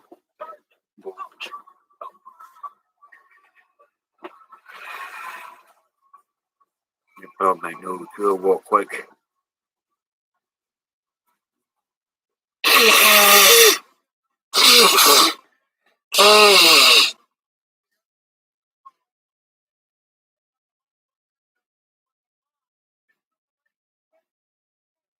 All right, I'm back. Triple H is coming out now to take on Al Snow. I don't really remember how this match went. I do remember towards the end of it, you could see how torn up Triple H was. His mouth quivering and doing that with Dominic struggling. Oh yeah, Al Snow had Owen backward on his forehead instead of the usual help me.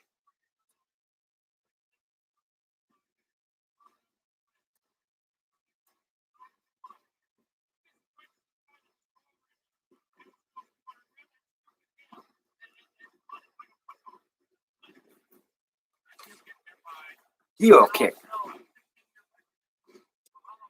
That's what it's called, the heel kick. Spinning heel kick. I was talking about that earlier.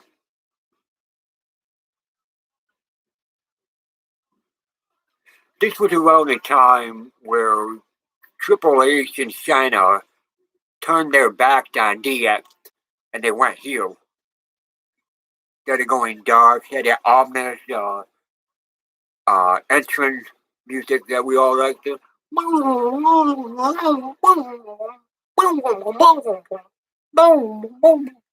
Or some shit like that with their flashy different color lights. It was actually pretty cool. Like creepy synthetic music kind of.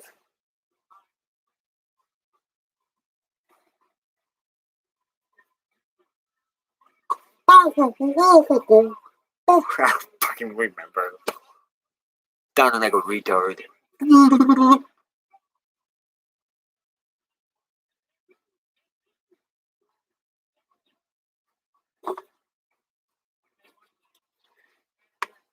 funny thing about Al Snow is a lot of time when he is in a submission move, he'll bite the rope with his mouth and it's looking crazy. Job squad. Yeah, put these up.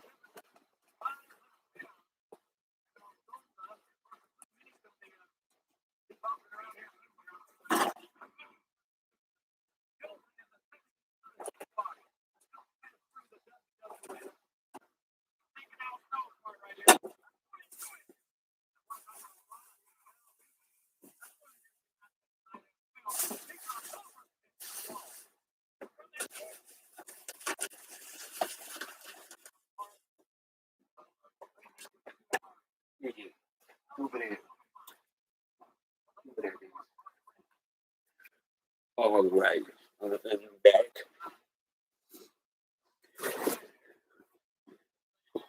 So other than pop that's not really good for your body, I like to drink smoothies, which is really good for your body. So everybody should stop by their local Kroger and get yourself one of these.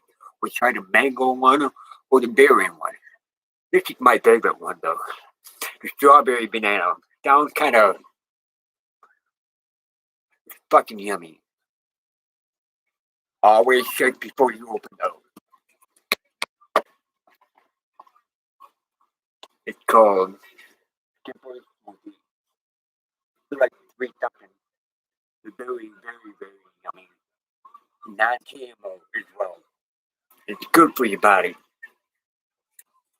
Get you the energy, the vitamins and stuff.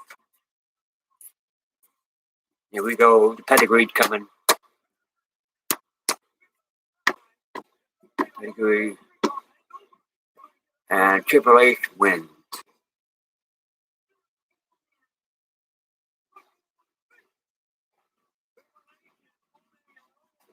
And then Owen, we love you, man. Triple H is saying that, and his mouth is quivering. He's trying to keep in character, but you can tell he's struggling.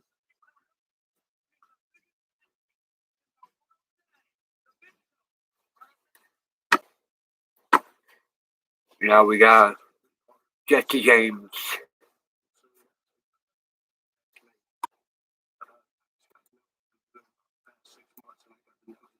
He's a lot like me. He has two children. He's like speaking and trying to talk.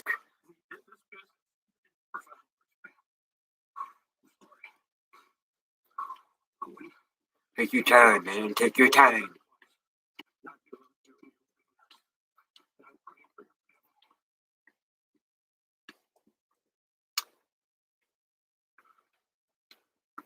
You know, I always looked at Owen Hart with a lot of respect.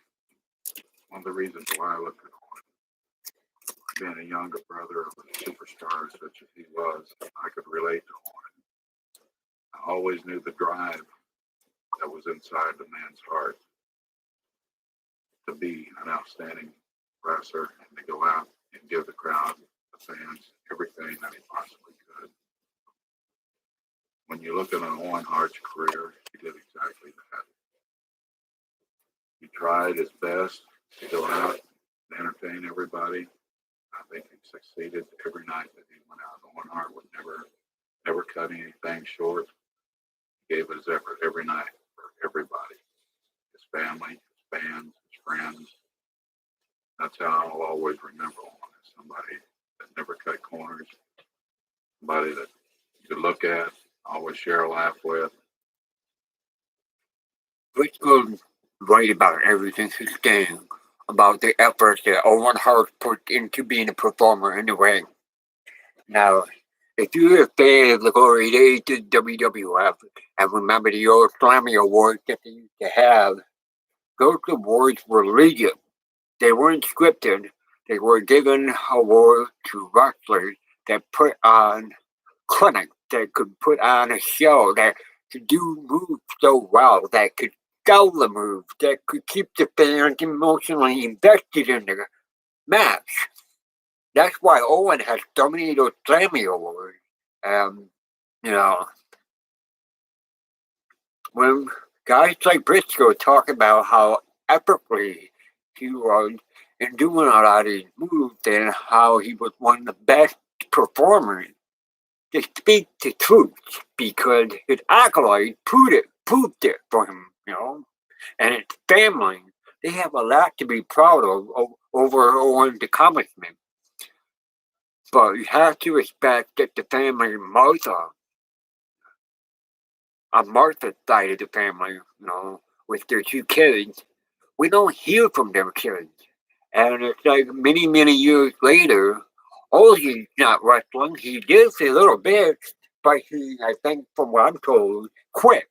Olds is Owen's son. His name is spelled O-J-E. And he's got a daughter, Alina or something like that. And I know nothing about her, you know.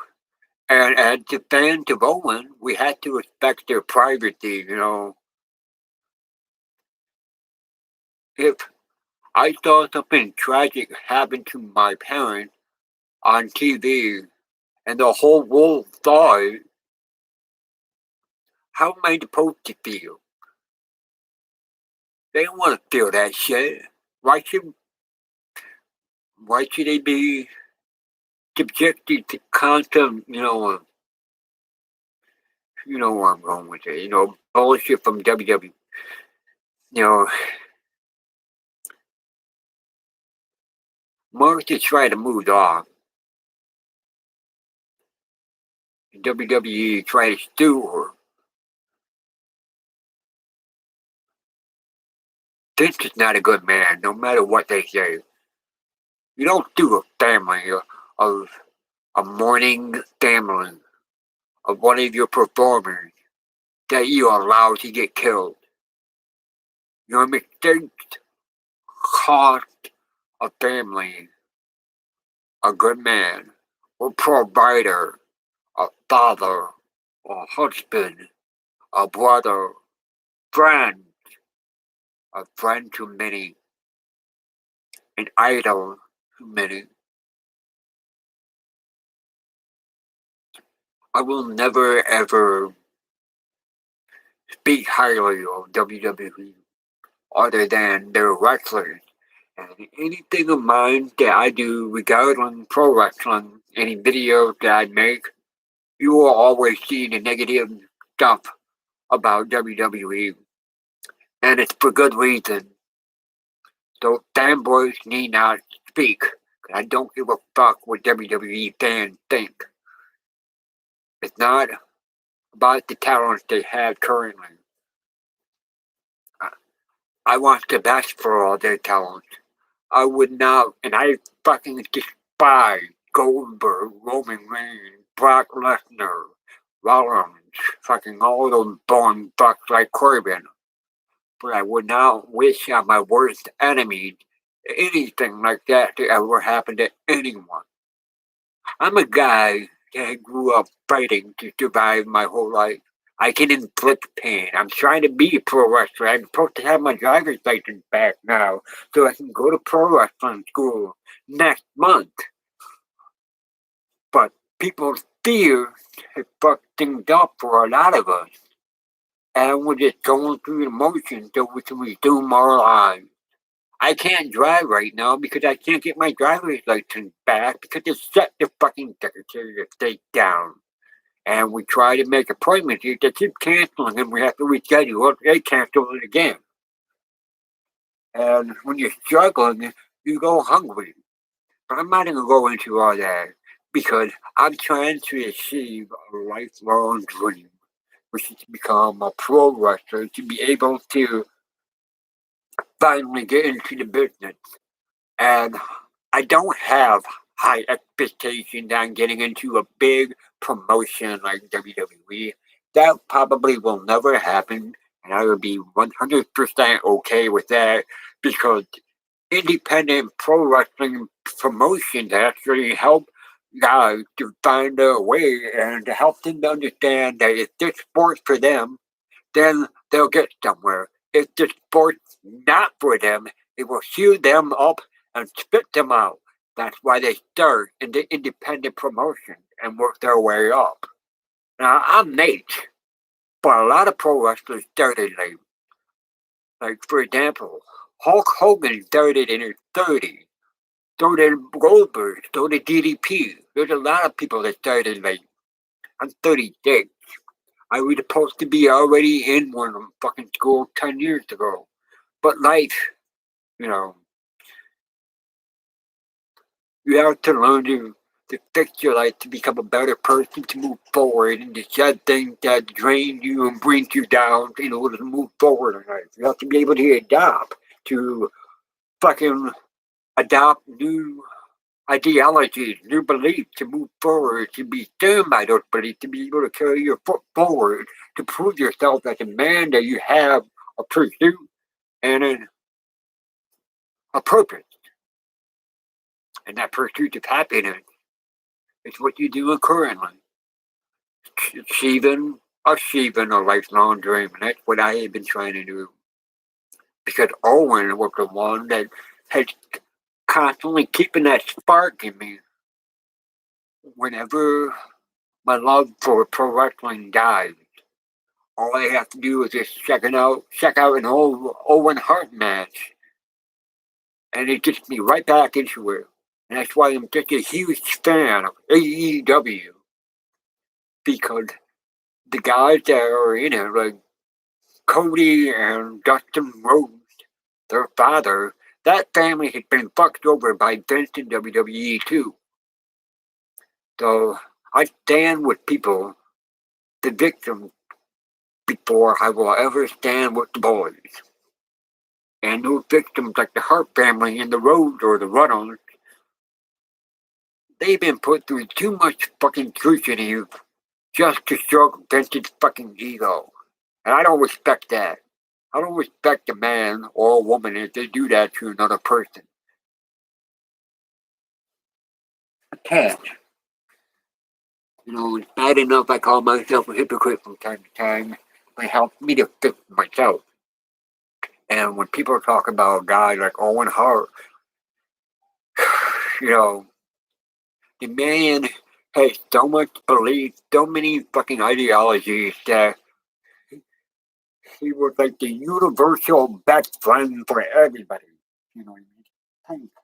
Kind of corny this down, universal best friend, but everybody called him a friend. You know, he made people laugh. He made people happy. If people were having a bad day, he'd be the guy that turned it around. And when he inspired people like he had me, you know that there's more to him that this world has been robbed of. He was a substitute teacher from time to time, and he spoke about wanting to, I think, become a teacher or a firefighter after wrestling. And those poor souls that were going to meet him after wrestling will never ever know what a great man he was. And they were robbed of it. This world would rob his family, his kids first and foremost, and his wife. When it came time to go in the ring, he had one thing in mind, and that was to go out and make people happy. One, my words were meant for that. Thank you for remembering.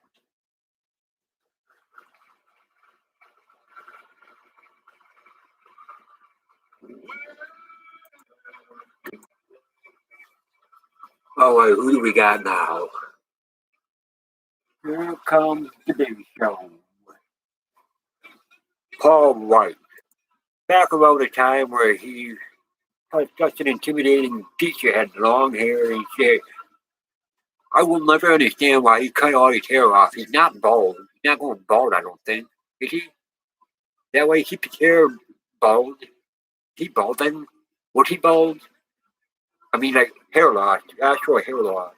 That's why he cut it off. I don't fucking know. It just makes him look less intimidating, being bald.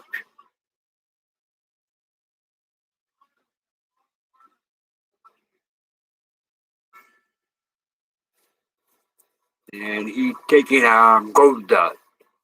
And Goldust had the blue meanie with him.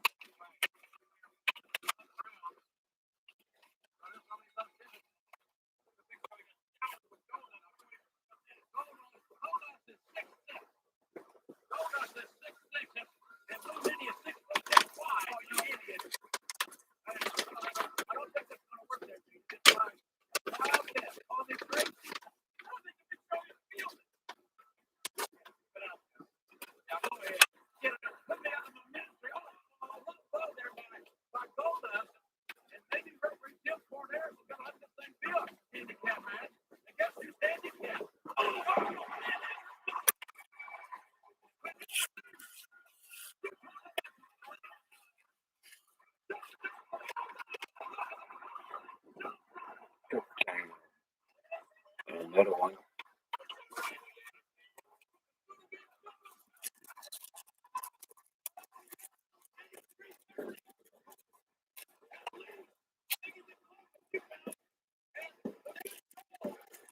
And winner Goldust and blue meanie still flopping around after being struck and pinned. Again. Flying clothesline by the big show on for the damn blue meanie.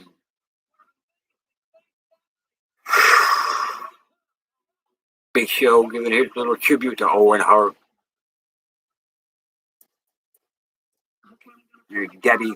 Deborah. I'd like to say a few words for Owen, because I want his kids to be who they grow up.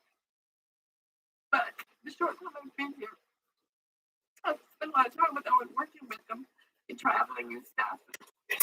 I want to admit the world's definitely not a really great person. I just wish that all the people could think how funny he was. I mean, no matter if it was a bad day or good day, I was happy. He'd always be happy and cheery, and it made me laugh. And we do autograph sessions, and he'd always mark all over my hand or in the limo. He'd always make up these funny words and kid with me. And it's funny, you take people for granted because you're always with them. And then I remember yesterday, I was so upset because I felt like the shorts were too tight on me or too short. And he was like, okay, well, maybe you should change. And I remember that was like the last thing I was saying to him right before he left to do his match. And then like this morning, I looked at my sheet and we had all these autograph things to do together this week. And, you know, life is very, very precious. And you should really, not take people for granted. And I would like to say that Owen, you've really touched my life and brightened my day. The time I've been here, and all the Blue Blazer things we worked together in the autograph sessions. And I will definitely miss you. And I loved you as a friend. We had great times. And I still can't believe you're gone and you're not with us anymore. I keep looking for you. And it's just going to be hard now to walk out with Jeff. And you're not with us at the house shows, making all those jokes and making Jeff and I laugh. I'm going to miss you a whole lot. But I Heartbreaking. Your family and your kids, you're a great guy. And I felt honored to have worked with you all this time. I love you, Owen. And you will always be in my memories.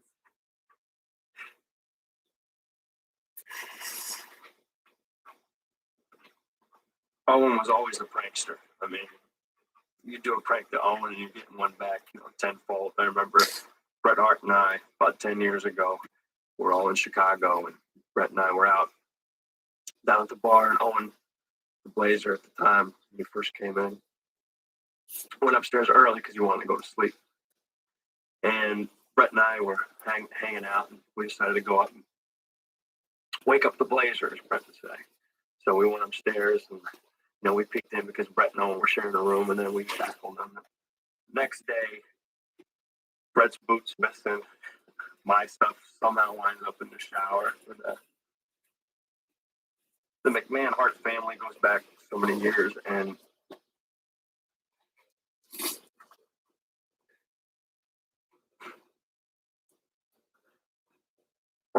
Owen will be truly missed.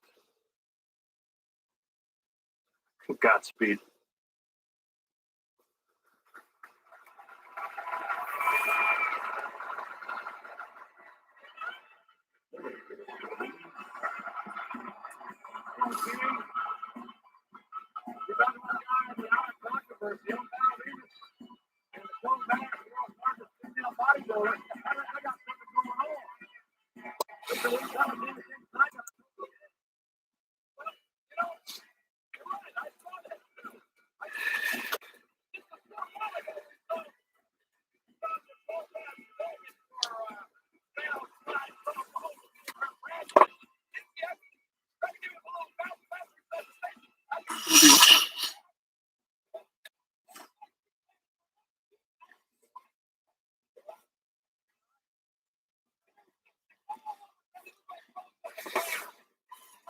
My goodness.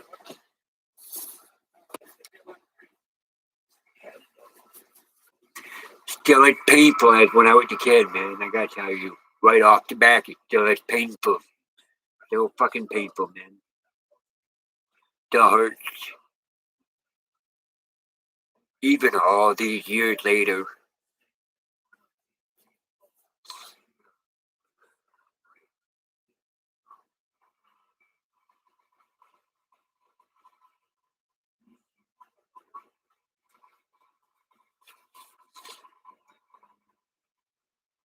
We come to Rock back when he had a cast on his arm.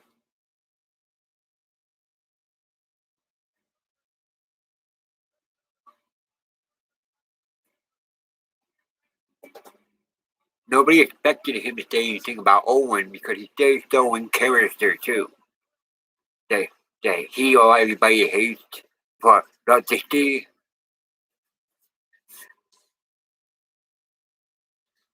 Rocky died so.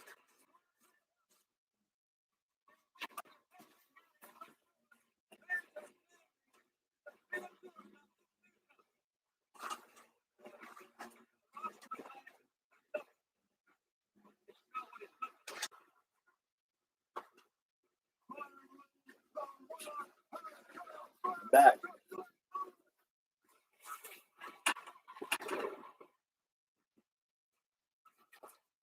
This is around the time when he started doing those. Finally, The Rock had come back to,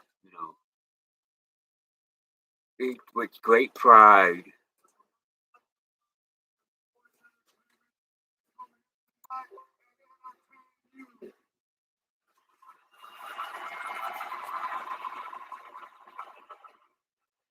The Rock knows that you want him to kick his Rudy.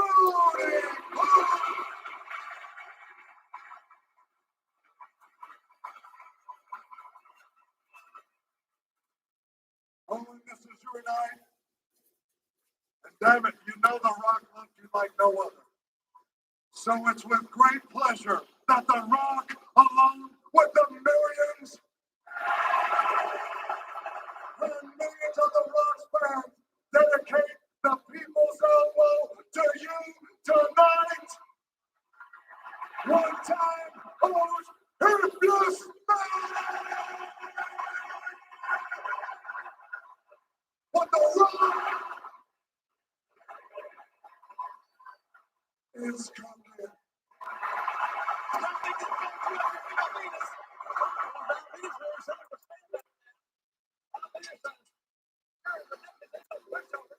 Classic. Classic.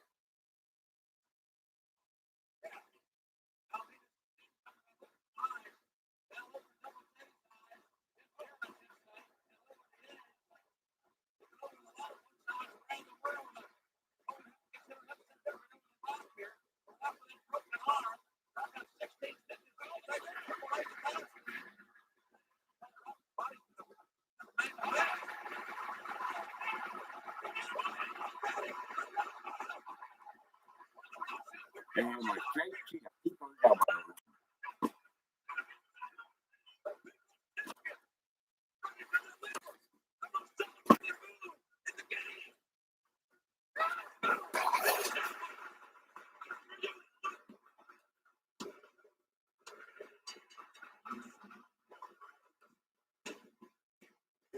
I think he was still a heel. I think Rock was still a heel, but the fans were going nuts for him.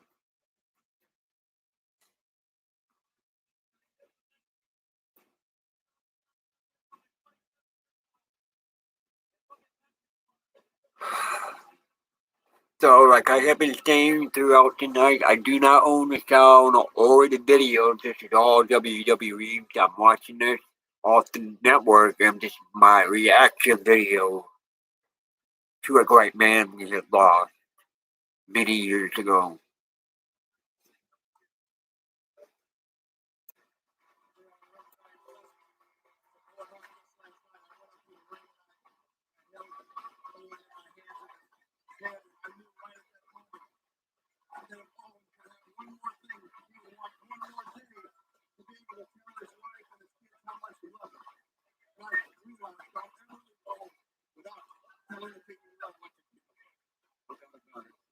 We love Owen Hart. We love his family. And we'll always miss him. We're proud, ladies and gentlemen, Show's almost over, folks.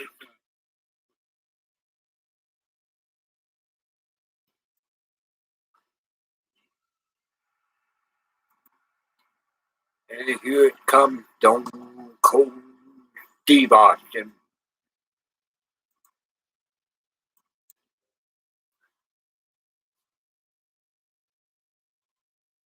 You don't expect something like this out of a guy like Steve Austin, especially when they're in character. You gotta remember, Owen broke Austin's neck, but it wasn't on purpose. Owen was very remorseful about that, and Steve Austin used to talk about that and how it got annoying. You know, he wanted Owen to understand it's okay and it was an accident. And Owen, he beat himself up over breaking Austin's neck, even though his character was the opposite. He bragged about it. But backstage, Owen was torn up about it. He's a good guy. So here's Austin coming out.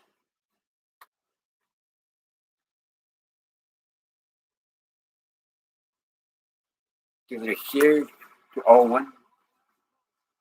One match to our friend, Owen Hart.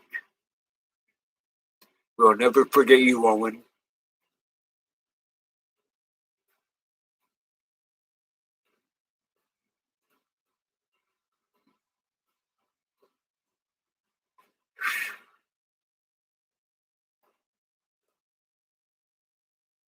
"34 years old. I'm 36 now. When you outlive your idol, don't feel great.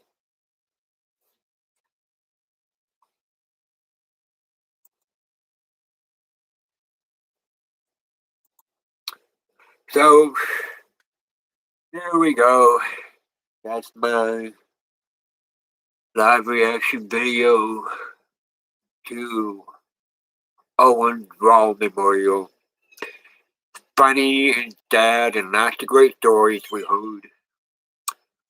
I don't know if you guys will be able to hear the sound from the show in the background, but I urge everyone to check it out yourself, to look up Raw May 24th, 1999 on either the WWE Network or on YouTube. Give it a watch and give your love to Owen Hart.